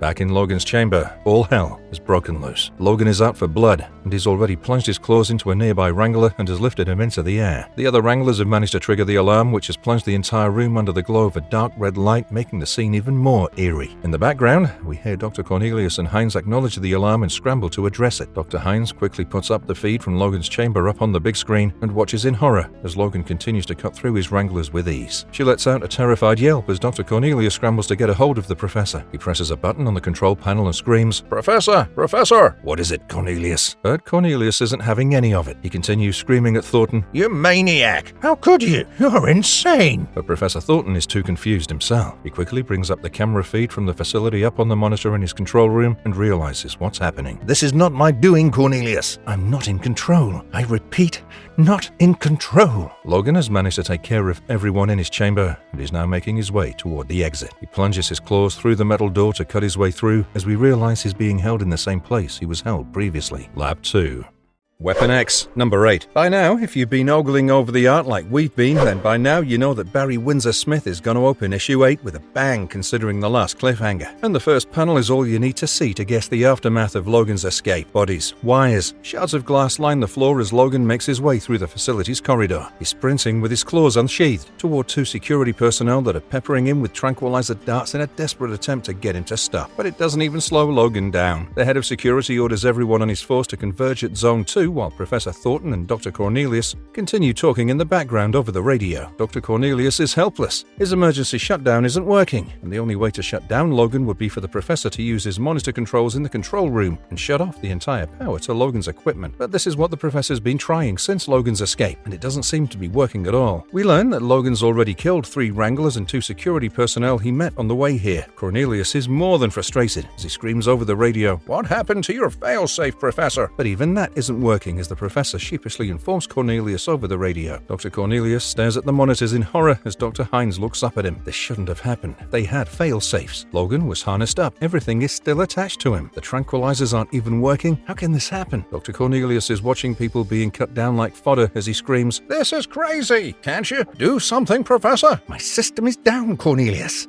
I've got no control over Logan. Then who does, Professor? And that's when it clicks to the professor as he lifts his head and stares into the distance with a a terrified face. Yes, who indeed? Who has control over Logan? We see Logan cutting down every security personnel thrown at him like sheep. Right now, he has 2 men stabbed by each of his claws high up in the air while he knees another one directly in the chest. The security chief is in shambles. He's losing men with each passing second in Zone 2 and needs advice on how to proceed now. Logan is rampaging through Zone 2 undeterred as the security chief continues to beg for a directive from either Dr. Cornelius or Professor Thornton. Cornelius desperately asks Thornton to seal off the corridor of Zone 2, but Professor Thornton is powerless. None of the controls are responding in his control room. The security chief is growing desperate with each passing second, so as a last resort, Dr. Cornelius asks, "Can you close any part of Zone 2, Professor?" But Professor Thornton doesn't need to respond as Dr. Hines soon chimes in. "Sir, Mr. Logan is moving out of 2, approaching Zone 3 and D Block." Cornelius promptly orders the security chief to move all his men to Security Zone 3, D Block. They keep a close eye on Logan, who's now entered the service tunnels. Dr. Hines and Dr. Cornelius continue attending the situation when we hear Professor Thornton contact his superiors in the background. The only catch this time being that Professor Thornton has forgotten to turn off his intercom. So, everything he's saying to his superiors can be heard by Dr. Cornelius and Dr. Hines back in the lab. Dr. Cornelius is in shock as Professor Thornton gets over the initial greetings with his superiors. He fails to notice the desperate calls of his security chief, who has another 5 men down at the hands of Logan. He needs permission to switch to bullets and heavy artillery in an attempt to stop Logan. But Dr. Cornelius is too focused on Professor Thornton's conversation with his seniors. "Are you aware of what's happening at this time? That is correct. Weapon X is out of my control." And as Professor Thornton says this, Dr. Cornelius's eyes droop slightly and his entire face takes on the "I should have known" look. He finally snaps back to reality and acknowledges the security chief's request, though it seems he's too shocked by the professor's conversation to give the security his approval. "Hines, who is he talking to?" "Computer shows external unit, Dr. Cornelius, but he's forgotten to turn off his intercom." Logan by now has the blood of his victim splattered all over his arms and legs as he menacingly makes his way through the corridors towards Zone 3, D Block. Professor Thornton's voice continues to echo over the speakers for everyone to hear. Precisely. Killing everyone in sight.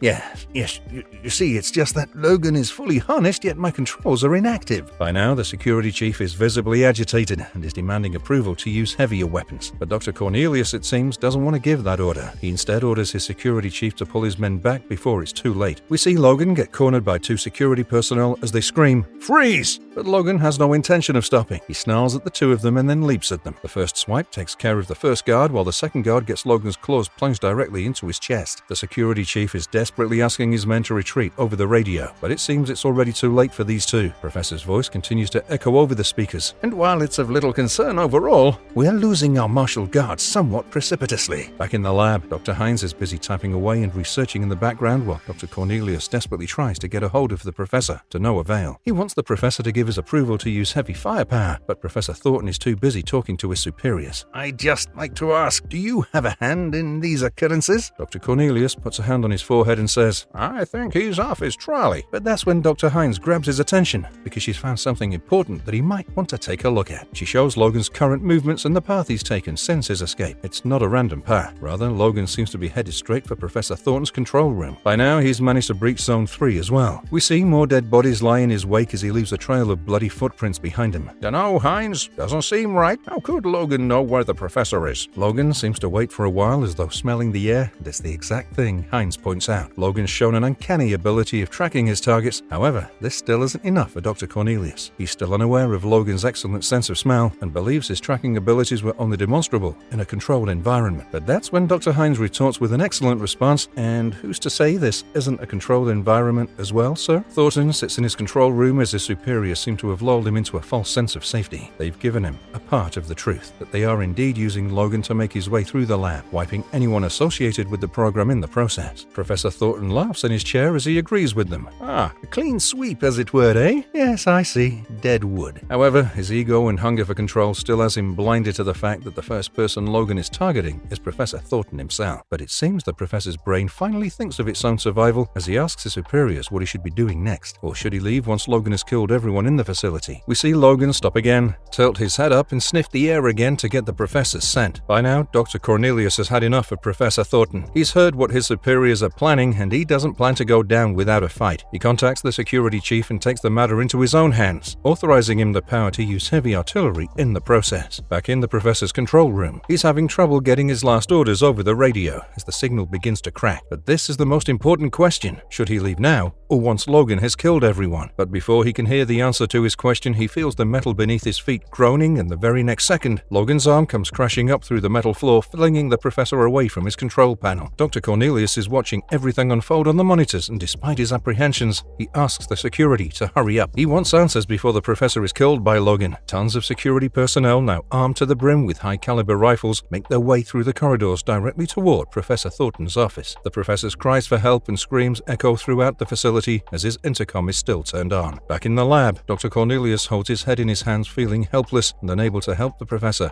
after hearing his desperate cries for help. "Security force is almost there, sir. They should handle it," says Dr. Hines as she looks at Dr. Cornelius with conflicted emotion. The security team has finally reached the professor's control room, and we see their leader split the men into 2 groups for either door. He gives them a 5-second window to breach each door. Back in the lab, a conflicted Dr. Hines is confronted by Dr. Cornelius as tears stream down her face. But we've got to help him too, haven't we, Hines? But Dr. Hines doesn't say a thing. She continues to stare at Dr. Cornelius and continues to weep. We see the security team has breached the control room, and they're using every ounce of firepower at their disposal. Hundreds of shell casings are lined up on the floor, and hundreds more mid-air, ready to hit the ground any second as the men continue to give Logan everything they've got. Their leader frantically commands his men to get the professor out of the control room, and we see a personnel bend down and pull a screaming Professor Thornton away. He's writhing in pain and screaming like a baby as the security tries to defend him. He gets his glasses knocked off of his face in the commotion as he continues to cry and writhe like an infant, first blaming Logan for attempting to kill him, and then throwing a tantrum once he loses his glasses. The security personnel dragging him away feels this is a response to the shock of what just happened, and helps put the professor's glasses on before he continues to drag him away. It's then that Professor Thornton screams even louder at the top of his lungs, "Ah! My hand! Kill him! Kill him! Destroy Weapon X at once!" And we see Professor Thornton bring up his right arm to his face. But where his right hand should be is just a stub leaking blood with exposed bones from his forearm visible. Logan has sliced his right hand off. The professor continues to writhe in pain as his own blood splatters all over his face.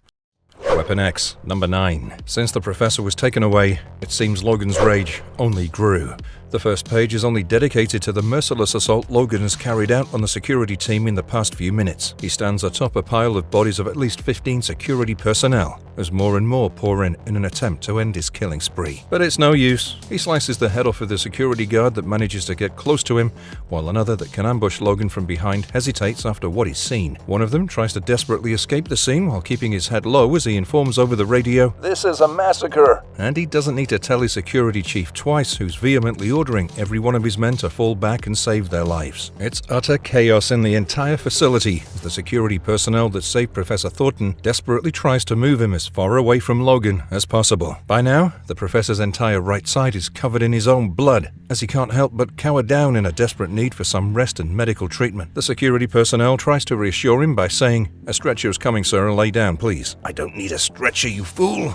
It's my hand that's missing, not my leg." By now, the designated babysitters are here to handle the professor's tantrum. We see Dr. Cornelius and Hines rush toward the professor as they watch in shock and horror and realize that his right hand has been sliced clean off of his arm. But the professor is still busy with his tantrums as he rudely pushes the security personnel that rescued him away from himself after he spots Cornelius and Hines approaching. He begs for help from Cornelius, but Dr. Hines is more qualified to help the professor right now. She knows she needs a tourniquet, and she quickly asks Dr. Cornelius for his tie. The very next second, Dr. Hines has tied the tie tightly around Professor Thornton's forearm just before the point where his hand was sliced off. Professor Thornton seems to calm down a bit, and Hines asks him to keep his right arm raised, which should reduce the blood he loses and give him more time so that he can get the proper treatment. Professor Thornton catches his breath and starts running. Dr. Hines and Dr. Cornelius quickly follow him, assuming that the professor is rushing toward the infirmary. But when he takes a wrong turn, both of them are surprised. But Professor Thornton never had the intention of going to the infirmary. He instead is making his way to the adamantium reactor. He feels it's the only place the three of them are safe from Logan, safe from the monster he himself created, Weapon X. "But the security took care of Logan, Professor." Don't be stupid, Cornelius. They never stood a chance. And it's one of those rare times when Professor Thornton is actually right. We see Logan standing over another pile of bodies as he stalks and slowly approaches a barely surviving security personnel who's busy conversing with his chief over the radio. Turns out Logan pursued each and every security personnel that tried to escape and took them down. The surviving personnel tells his chief over the radio that not one person is left, and it'll be his turn next soon. Heavy firepower barely grazed Logan's skin, it seems. Professor Thornton, Dr. Cornelius, and Dr. Hines have finally reached the reactor. Thornton commands Cornelius to break the seal and open the door. A dead security personnel lies just outside the door,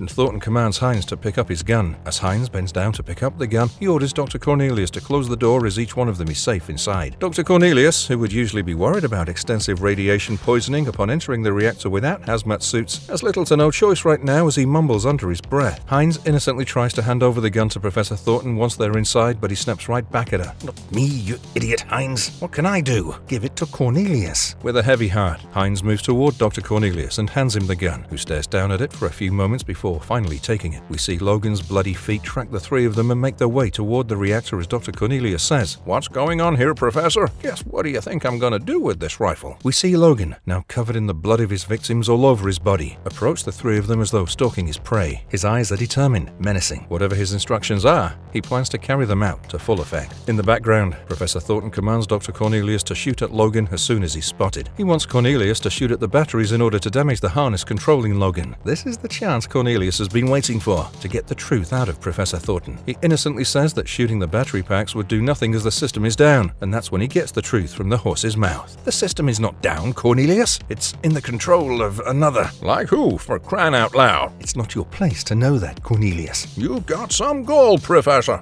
But that's when Professor Thornton starts groaning in pain as he slumps into Cornelius' arms. He's been bleeding too fast and has lost too much blood despite the tourniquet. Jeez, look at you. You're bleeding buckets here, Professor. I need to patch you up. But Professor Thornton simply slumps to the ground as he remembers the word that was used for him and the others by his superiors, dead wood. Dr. Cornelius can't help but be astonished by the professor's ramblings as he calls him a dead meat instead. He controls his anger and then calmly tells the professor that he's in shock and should take hold of his mind. Professor Thornton throws another tantrum, calling Dr. Cornelius a fool who doesn't understand what he's been through. Cornelius continues to patch up Thornton's wounds, ignoring his words as the professor continues to ramble. He says Cornelius will know what real shock is once Logan comes in for them through the reactor's sealed door. The professor is forgetting again. He wasn't the first one attacked by Logan in the facility. It was Dr. Cornelius, and that was because of Professor Thornton's own doing. This just seems to be karma doing its thing. Dr. Cornelius continues ignoring his words and tries to move him toward the infirmary. Again, as he senses a loss of control, Professor Thornton turns his gaze towards Dr. Hines, who's busy monitoring Logan and tracking his movements. He screams at her, "Stop that infernal dickering!" She simply turns around in shock at the sudden outburst. She informs them that Logan has managed to make his way into Tunnel 2. It won't be long before he's upon them. Get away, woman. Let me see. He screams at her again as he pushes her aside and takes a look at the monitors himself. Is this connected to the main computers? Asks Professor Thornton, still giving us an example of his buffoonery as Hines tells him that this is the main computer. He then proceeds to type in a code unknown to Hines, who tries to correct Thornton but is soon pulled away by Dr. Cornelius. Let it go, Hines. It's out of our hands now. I don't think we're part of the game anymore. Dr. Cornelius knows who the professor's calling. He's calling his superiors. As the professor establishes contact, we now see Logan sprinting toward the reactor, his eyes glowing menacingly, hungry for blood. Professor Thornton begs his superiors for answers, but all he gets is a mild exclamation on the fact that the professor is still alive. He desperately tries to plead that he isn't among the deadwood in the facility. He isn't fodder, but he gets no response. Dr. Hines and Cornelius look on in disgust as the professor continues begging for his life over the computers with no response from the other side. Sweat drips from the professor's face and forehead onto the computers below as he continues begging, "Please, please don't let me die here." Cornelius steps in, realizing that he needs to drive some sense into the professor's head, now that he's no longer getting a response. He says triumphantly while raising the rifle in his hand, "We don't have to die, Professor. None of us. This gun, I can use it." But the professor isn't hearing the words coming out of Cornelius's mouth. He's desperate for a response from his superiors, and he continues begging to them while ignoring everything around him. Dr. Cornelius turns to Hines and says that he plans to shoot the power packs as soon as Logan enters, and it seems his prayers are about to be answered. The very next second, we see Logan's claw scratch on the reactor's sealed door. I think Mr. Logan has found us, sir," says Dr. Hines with a slight tremble in her voice. The next moment, we see Logan's face shrouded in darkness, surrounded by wires as he continues cutting his way through them. At first, it seems he's outside the walls, but the very next second, Dr. Cornelius realizes that Logan isn't outside, he's inside the walls. The sound of wires getting cut, metal slicing surrounds all of them as they're shrouded in darkness the very next second. Logan has managed to take out the power to the reactor room. The professor continues to beg for help from his superiors in the background as Dr. Cornelius cocks the rifle and says, "I don't know who he's talking to, Hines, and I don't care, but we gotta get out of this." He asks her if she's scared, and of course, Hines is scared to death right now. Cornelius nods. He too is scared to death. The very next second, Logan's claw slice through a wall on the far end of the reactor room, and when Cornelius hears this, he knows Logan's bound to be inside the room by now. It's then that Dr. Hines informs him about another problem. The fact that the power is out means that the reactor's turbines are no longer working. This'll shut down the reactor soon. Dr. Cornelius tells her that she shouldn't worry about that right now, but Dr. Hines is right. They should be worrying about the reactor. The turbines control the coolant, and as they're turned off, the core could get unstable very soon unless they purge it. The entire place could blow up in case they fail to do so. Professor Thornton continues to cough out blood as he comes to terms with what's just happened, how he's considered the same as the Deadwood he tried to kill off when Logan first came online. Once he hears Hines' words, he seems to come back to reality. His maniacal brain has picked up on the words, blow up, die, die. And when Professor Thornton finally looks up from the monitors, he's confronted by his worst fear, his worst nightmare. Logan, a few inches away from him, roaring like a wild animal, like the beast Professor Thornton made him out to be. Weapon X, number 10. Barry Windsor-Smith goes all out in the first panel of this issue. We see Logan looming over Dr. Cornelius, Hines and Professor Thornton menacingly as he has claws unsheathed and the three of them retreat in terror. We don't need to see Logan's face to know what he has in mind and the bloodlust he's craving. Barry expertly uses Logan's body to frame the three of them as they back away in terror. Dr. Hines and Cornelius can only exclaim in horror as the professor screams for Cornelius to shoot at Logan, but Dr. Cornelius doesn't raise his gun. He's having second thoughts when he looks into Logan's eyes. Look, Professor, he's faltering. I don't know. I think he's had it. I think he's too weak to attack. He's lost a lot of blood. And indeed, even though Logan's covered in blood from head to toe, his eyes tell a different story. He seems to be eyeing all of them, trying to gauge their intentions, and there's a hint of exhaustion in them. Professor Thornton, however, is being himself as usual. He screams at Cornelius to shoot at Logan, pointing out that the blood on Logan belongs to all the soldiers he's killed and not himself. But he ain't even moving, Professor. And that's when Professor Thornton shows his real self. He smacks Dr. Cornelius with a fist right at the back of his head and screams, "Do as I command, Cornelius!" The impact causes the doctor to lose his footing, and as he tries to regain his balance, he accidentally hits the trigger, firing a barrage of bullets directly at Logan. Dr. Hines leaps out of the way as Logan does his best to dodge the oncoming fire. When Dr. Cornelius looks up, Logan is lying on a heap of broken monitors and equipment, motionless. Cornelius can't believe that he's done it, that he's incapacitated Logan. But Professor Thornton isn't celebrating this victory. He wants Cornelius to shoot at the power packs. He wants him to shoot at the receivers so that Logan can't receive any more instructions. Dr. Hines is on the floor as she tries to take a good look at Logan, but when she spots movement, she begins to crawl away as soon as possible. Dr. Cornelius, meanwhile, is too enamored by his creation. He can't believe that Logan survived that barrage of bullets as he watches Weapon X slowly get to his feet. Logan now has his claws drawn. He pulls in his right arm, ready to plunge his claws into Cornelius's torso. Before Cornelius can realize what's happening and heed to Professor Thornton's warnings, Logan has already thrust his claws into Cornelius's abdomen and has the doctor hanging on his right arm in the air. "You fool! You blasted idiot!" screams Professor Thornton in the background as he watches Cornelius lose his life in front of him. Dr. Cornelius struggles and holds Logan's bicep, desperately trying to hang on as he feels the blades go deeper into his torso. With one quick thrust, Logan now has his arm up in the air, which drives his hand and claws deeper into Cornelius's torso. This is it. This final move seals the doctor's demise. Hines and Professor Thornton run away from the scene with Professor Thornton screaming "idiot" again and again as he makes his escape. Hines desperately tries to plead with Professor Thornton to return. She pleads to any ounce of humanity that might be left inside the professor. She begs him to go back to help Cornelius, but the professor isn't having any of it. "I couldn't help him even if I wanted to, you stupid woman. He's dead. Now, get away from me." And again, it's one of those rare times when Professor Thornton's right. We see Logan slam Dr. Cornelius into nearby equipment, breaking metal, plastics, and most of all, the good doctor's bones in the process. Professor Thornton and Dr. Hines are rushing toward the reactor now. With no regard for her safety or being for that matter, Thornton screams at Hines to pull it together, for he'll need her help now. Hines is naive, and she fails to notice the malevolence in Thornton's words as he commands, rather orders for her help as though he's entitled to it. Hines suggests purging the core in order to save the lab at least. This would save the data, their research for future recovery teams. Professor Thornton feels it best to play into her words rather than tell her the truth. He claims that indeed that's what he wants. He wants to preserve the data, which is why they're going to purge the core. He knows Weapon X the best, his superiors the best. Of course he wants to preserve the memory of Weapon X. We see Logan look down at Dr. Cornelius's limp body with disdain in his eyes, yet they're droopy and distant for some reason. Maybe he didn't want to kill Cornelius. Maybe he was just here for Professor Thornton. Yet the unwarranted bullets made him lose control and rage, kill an innocent man in the process. Is this what they've turned him into? An uncontrollable, raging monster? Dr. Cornelius lies there motionless, his eyes closed, his face swollen and his entire body covered in blood. His glasses have been mangled beyond repair as Logan takes in this entire image. He then straightens himself up up as Dr. Cornelius's body lies behind him, and as we focus on the doctor's glasses, we see Logan sprinting after Professor Thornton and Dr. Hines. Professor Thornton and Dr. Hines have now reached their reactor, which is already exploding in places and throwing sparks all around it. Dr. Hines can't believe what she's seeing. The containment unit is already cracking and they need to hurry to release the fission gate as soon as possible. But this is when Professor Thornton asks her to wait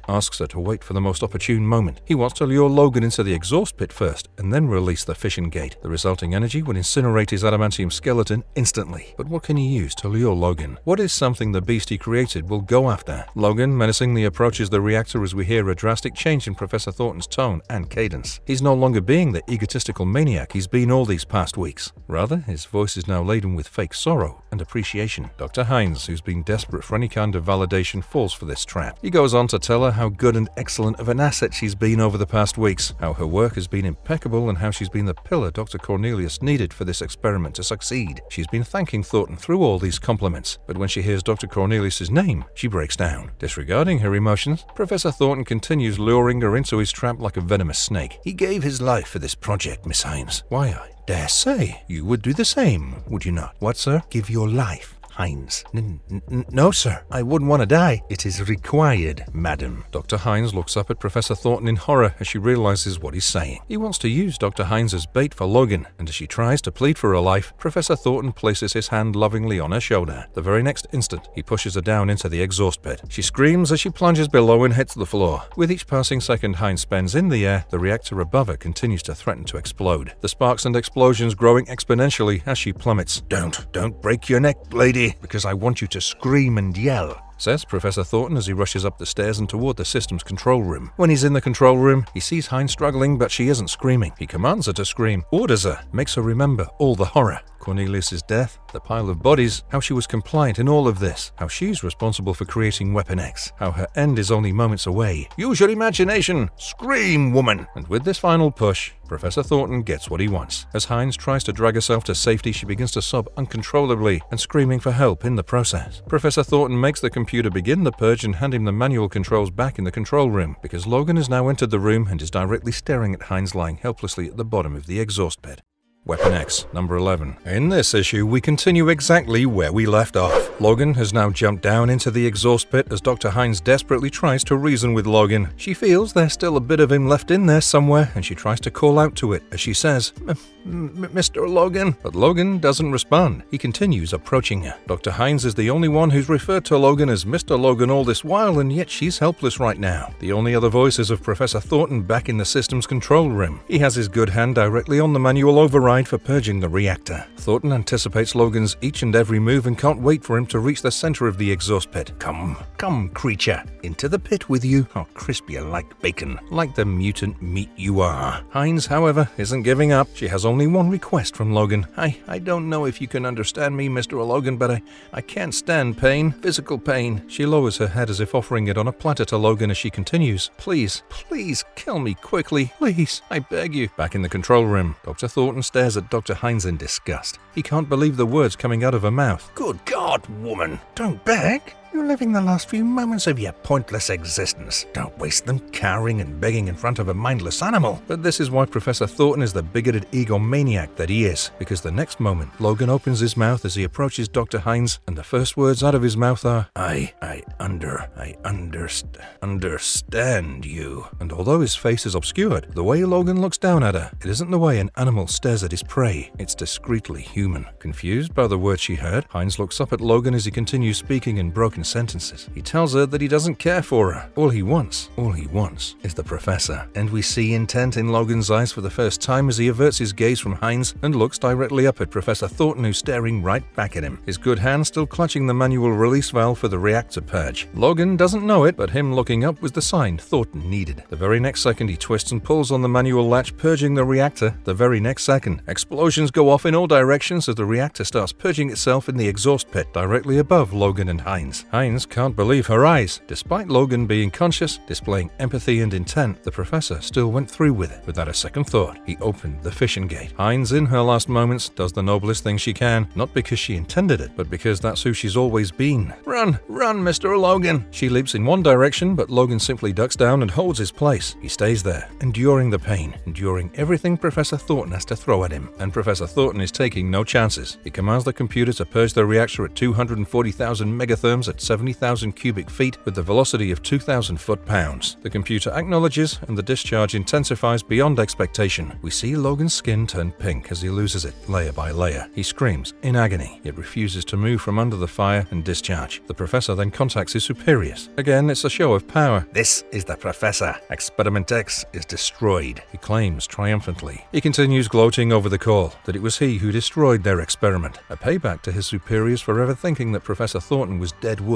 He continues hurling abuse at his superiors, which is why he fails to notice what's happening back down in the exhaust pit, because Logan is still alive and is slowly climbing out of the exhaust pit. Parts of his body are still on fire. His entire skin is pink, having burned off most of the upper layers, and yet Logan is still climbing with determination and intent in each step. But when the computer starts lowering the rate at which the reactor is purged, when the rate starts going down, it suddenly dawns to Professor Thornton back in the control room. You are controlling the fission gate, aren't you? Is there nothing you cannot do? And as he says this, he hears the computer chime. Purge sequence cancel. Professor then turns around toward the viewing window and watches a bald Logan on fire standing there, waiting for him, looking nothing short of the angel of death. Logan stares him down, and then it finally happens. Just like Karma, just like Logan had attacked Dr. Cornelius, he breaks through the viewing window with his claws directly aimed at Professor Thornton's face. But this time, there's no life support that can be cut off to save the professor's life. There's no equipment controlling Logan. It was all burned off in the exhaust pit. This is what Logan wants to do, and he finally gets to do it. He's on top of the professor, who cowers in fear, barely able to utter a word as Logan finally confronts him. Am I dead? Is this what you've done to me? He continues repeating the question while holding Professor Thornton by the throat until the doctor finally answers while biting down his lower lip, still cowering in fear. You are an animal. These aren't the words Logan needed to hear, especially not after what he's been through in life. He grabs Thornton by his collar, raises him off the floor and screams in his face. I am Logan. His body is still on fire, and it's burning Professor Thornton, who struggles and screams under his grip. Logan, I am a man. He continues bellowing, and then he picks up Thornton and throws him out of the viewing window, the same one through which he entered. I am a man. You are the animal. Somehow, Professor Thornton manages to hang onto the window by his arms as he desperately turns on the intercom and begs for security. Screams for them again and again, but they're all dead. They're all dead. Their bodies adorn each and every corner of the facility. Logan then uses his claws and finally slices off Professor Thornton's other hand, the one he was using to press the button for the intercom. It's a clean cut, and while his forearm wriggles and moves away, his cut-off hand is frozen in the same position, still continuing to press the button for the intercom. Logan again grabs him by the throat, but this time he's eerily calm. The look in his eyes is that of longing, revenge, and pain. Now, we both got our paddles bollocksed. Do you think that makes us even? But Professor Thornton is speechless. He can't say anything, nothing more than a few grunts and howls of pain. Well, it don't, screams Logan as he pulls Thornton back up in the air while the professor screams for help again and again, desperately flailing his arms and legs everywhere, until we see Logan's face and hear his claws slicing through flesh. One slice, and Logan isn't impressed. 2 slices, and there's a hint of satisfaction. 3 slices, and he's now exuding the anger he's been carrying with himself all this while. The 4th slice, his claws go straight through the professor's skull, right between the eyes, just like Logan had imagined while he was in a catatonic state and when he could see his visual output on the monitor. Now we're square. Got that, chump? Weapon X, number 12. Picking up where we left off, we see Logan and Professor Thornton's body in his arms. Professor Thornton's shoes have come off from his confrontation with Logan. He bleeds profusely from his head, and Logan holds him in the center of the frame while glass shards from the viewing window surround them, just like the window he jumped through to take Cornelius's life. If you remember during the previous issues, a similar frame was used to accentuate and show us Professor Thornton and Dr. Cornelius discussing Experiment X. In those panels, the shards would point mostly at Professor Thornton, and it's the same case here. With his claws still unsheathed, Logan moves closer to what remains of the viewing window with Professor Thornton still in his arms, giving us a clear view of just how brutal Logan was with the professor. Like his vision, the professor's forehead has holes in it, exactly in the places where Logan imagined himself plunging his claws into his face. As Logan moves even closer, we see a glass shard break off as the professor's glasses finally fly off of his face due to the impact. Logan throws Thornton's body out of the viewing window and it plummets in a freefall, falling just like his career, falling just like all the people's deaths he has been responsible for, falling like all the people he used used for his own gains, falling like all the people he trusted until it finally meets the fire in the exhaust pit and disintegrates with a loud hiss. The next page, however, tells a completely different story. It's dark, black, and the hiss sound from the professor's demise resembles the light that comes on in the first panel. Slowly, other controls and sensors start firing up until we see Logan passed out on the floor, his eyes closed and his face and body covered in specks of blood. All the words he heard during the ordeal still echoing loudly in his head or in the room. Logan doesn't know. Mr. Logan, I don't know if you can understand me, sir. What? Use your imagination, woman. Dead wood. Among all these phrases, Logan seems to be responding in the usual manner, as though he's again waking up after a night of debauchery and drunken fights. Must have been some party. The words, he's lost a lot of blood, echo again, and Logan responds as he tries to get back up on his feet. Yeah, I'd like to see the other guy. The phrases continue to echo. Please respond. And Logan continues to reply to them as though they're happening in real time. I can hear you. Another phrase echoes. Logan is still alive. You bet. But security took care of Logan. I'm bleeding to death. Now that Logan's finally up on his feet, he starts to realize there's nobody there. It's all either in his head or over the intercom. This is a joke, right? Bloody massacre. Will be, pal. Mr. Logan has shown uncanny tracking abilities. Yeah, and I'm butt naked too. So, who is this already? He says, assuming it's someone over the intercom toying with him as he bends over the control panel in front of him. Precisely, killing everyone in sight. Running amok, you might say. Whoa, this ain't no joke, says Logan as he spots Professor Thornton's severed hand on the control panel, still holding down the button for the intercom. Are you aware of what's happening at this time? The voice Logan has been hearing is now more clear and seems to be addressing him directly in real time. But when Logan responds with hostility and asks who's been talking to him, the voice switches back to phrases from the past. I'm losing men in Zone 2. Logan finally realizes that this is some kind of random playback, playing tricks with his mind. This is crazy. Nobody's controlling this. I have no control. I'm all alone here. Can we shoot? Another phrase echoes and Logan has had enough. He knows he needs to get out and get out fast. Phrases continue to echo through the facility all over the intercom. Weapon X has escaped. I am not in control. Logan continues to speak to himself out loud in an attempt to not focus on the phrases. Smell of ozone, hum of machinery.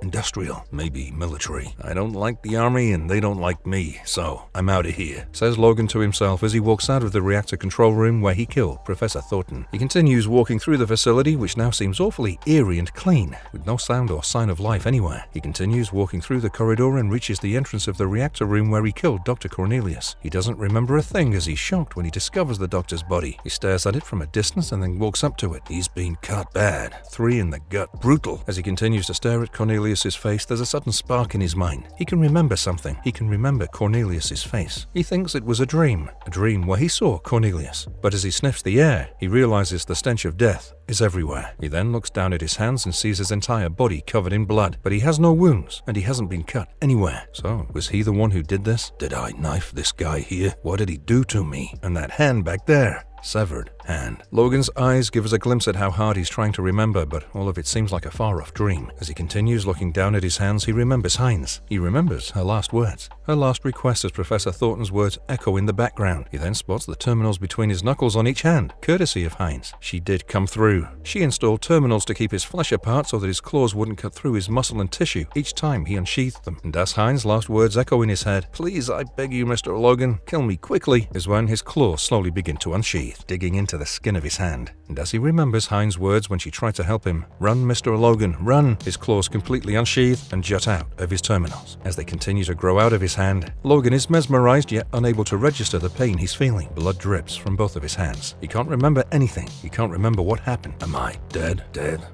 Am I a walking dead man? He continues to wonder the same thing again and again as his claws grow out to their full length, and then it happens. Professor Thornton's terrified face flashes before his eyes as Thornton says, "You are an animal." And Logan hears himself respond, "I am Logan. Logan, I am a man." As he remembers his words, he grimaces, and anger takes over his entire face. He grits his teeth and then looks down at himself, at his arms, as he remembers everything. His body starts slumping as the realization hits him. They found me out, brought me here, cut me, got into my body, tortured me, tore up my mind. And all the while he's thinking this and coming to this realization, Professor Thornton's voice screaming "animal" over and over again continues to echo in his mind like some twisted playback. I gotta get away. I gotta get away. Gotta get away, are Logan's last thoughts as he begins sprinting, desperate to get away from the facility. And what happens next is Logan's psyche breaking down, being torn from the inside. being torn by his own conscience. The artwork now will reflect what Logan's feeling, why he's running, and so will his words. And no extra words, no explanation can do justice to what Barry Windsor-Smith wrote in the original comics. Combined with his impeccable artwork, this is a journey Barry should take you on himself, combined with the visuals. We hope we do it justice. Let's start. I'm running in a dream. I'm running in a dream. I got sticks for legs and my feet are putty, and something's behind me, moving with me, like a living shadow. It's at my heels, and if I slow down, it'll get me. I'll suffocate in it in its darkness, me, and I won't be able to scream or yell or fight it off, because it'll be inside me, under my skin, in my guts, inside my bones. It's running like a truck, a barreling truck as I'm uphill with a full load, and the thing behind me, it's gaining all the time. I'm pumping and pumping, but losing ground. It's grabbing at me, snatching at my veins like ropes, pulling me back, tendons like wires like a puppet, fingers pulling through my ribs, muscles stretching, bones bending back. I'm running, it's tearing at me, dragging me back into its darkness. Endless nightmare, pitching waves running into the night liquid, like black blood, and I can't get away. It's at my shoulder, and it's cutting me with spikes. It's breathing into me, and I'm sucking its hot breath, stench of death in my mouth. Lungs heaving, fingers clawing, legs pumping, and I can't get away. But I must. Run forever, fight forever, never give in. The beast. Out of pitch black, it's coming.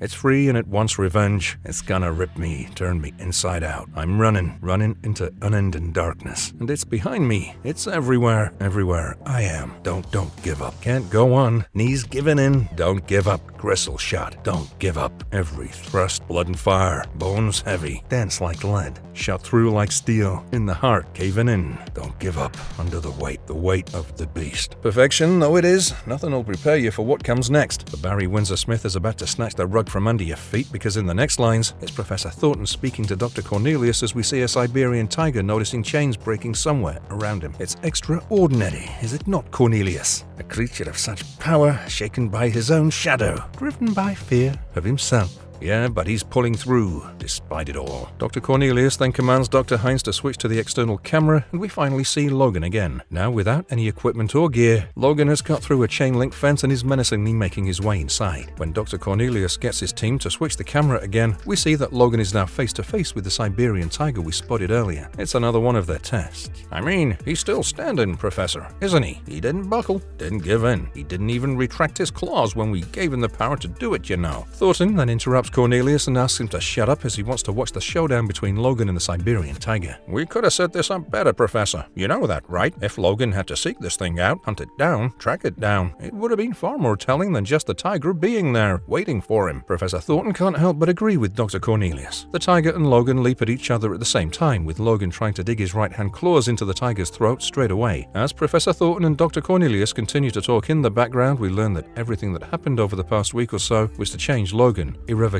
He's now called only as Weapon X by them, and due to the twisted game they played with his psyche, his savagery is now tempered by his ego and ratiocination. Any fear or moment of caution can undo all their work in a second, literally. This is the reason why Professor Thornton emphasizes that Logan should never learn about his indestructible adamantium-skeleton. Logan can learn it the hard way by being cut up or blown up during a fight, but that'll be different. They continue to intently watch the showdown between Logan and the tiger as Dr. Hines switches cameras to give them the best view. Professor Thornton is disappointed because before this, Logan was able to decapitate a grizzly bear with a single swipe. Yet here, it seems he's having a tough time. You gotta have some faith in the procedure, Professor. Look, I'll lay you 100 on Logan. What do you think of that? Professor Thornton isn't impressed. Despite having the tiger cornered and Logan sitting on top of him, Thornton still feels Logan's losing the fight until he takes a closer look and spots what's actually happening. He's faking his moves to draw the tiger in for a perfect kill. And that's what restores Professor Thornton's faith back in Logan. And that's it. Once the tiger leaves its throat open, Logan plunges his right-hand claws directly under his chin. A magnificent blow, screams Professor Thornton, but Logan isn't done yet. Once the tiger loosens up from the first blow, Logan plunges his left-hand claws directly into the tiger's heart. Son of a gun's more brutal than ever, exclaims Dr. Cornelius as he watches everything unfold on the monitor in astonishment. Proud of the result, Dr. Cornelius says, "So what do you say then, Professor?" And Professor Thornton has nothing but compliments and praises to shell out. He finds the new Logan remarkable, more brutal than before, more calculative, better instincts and reflexes, and most of all, his ferocity ability is unparalleled.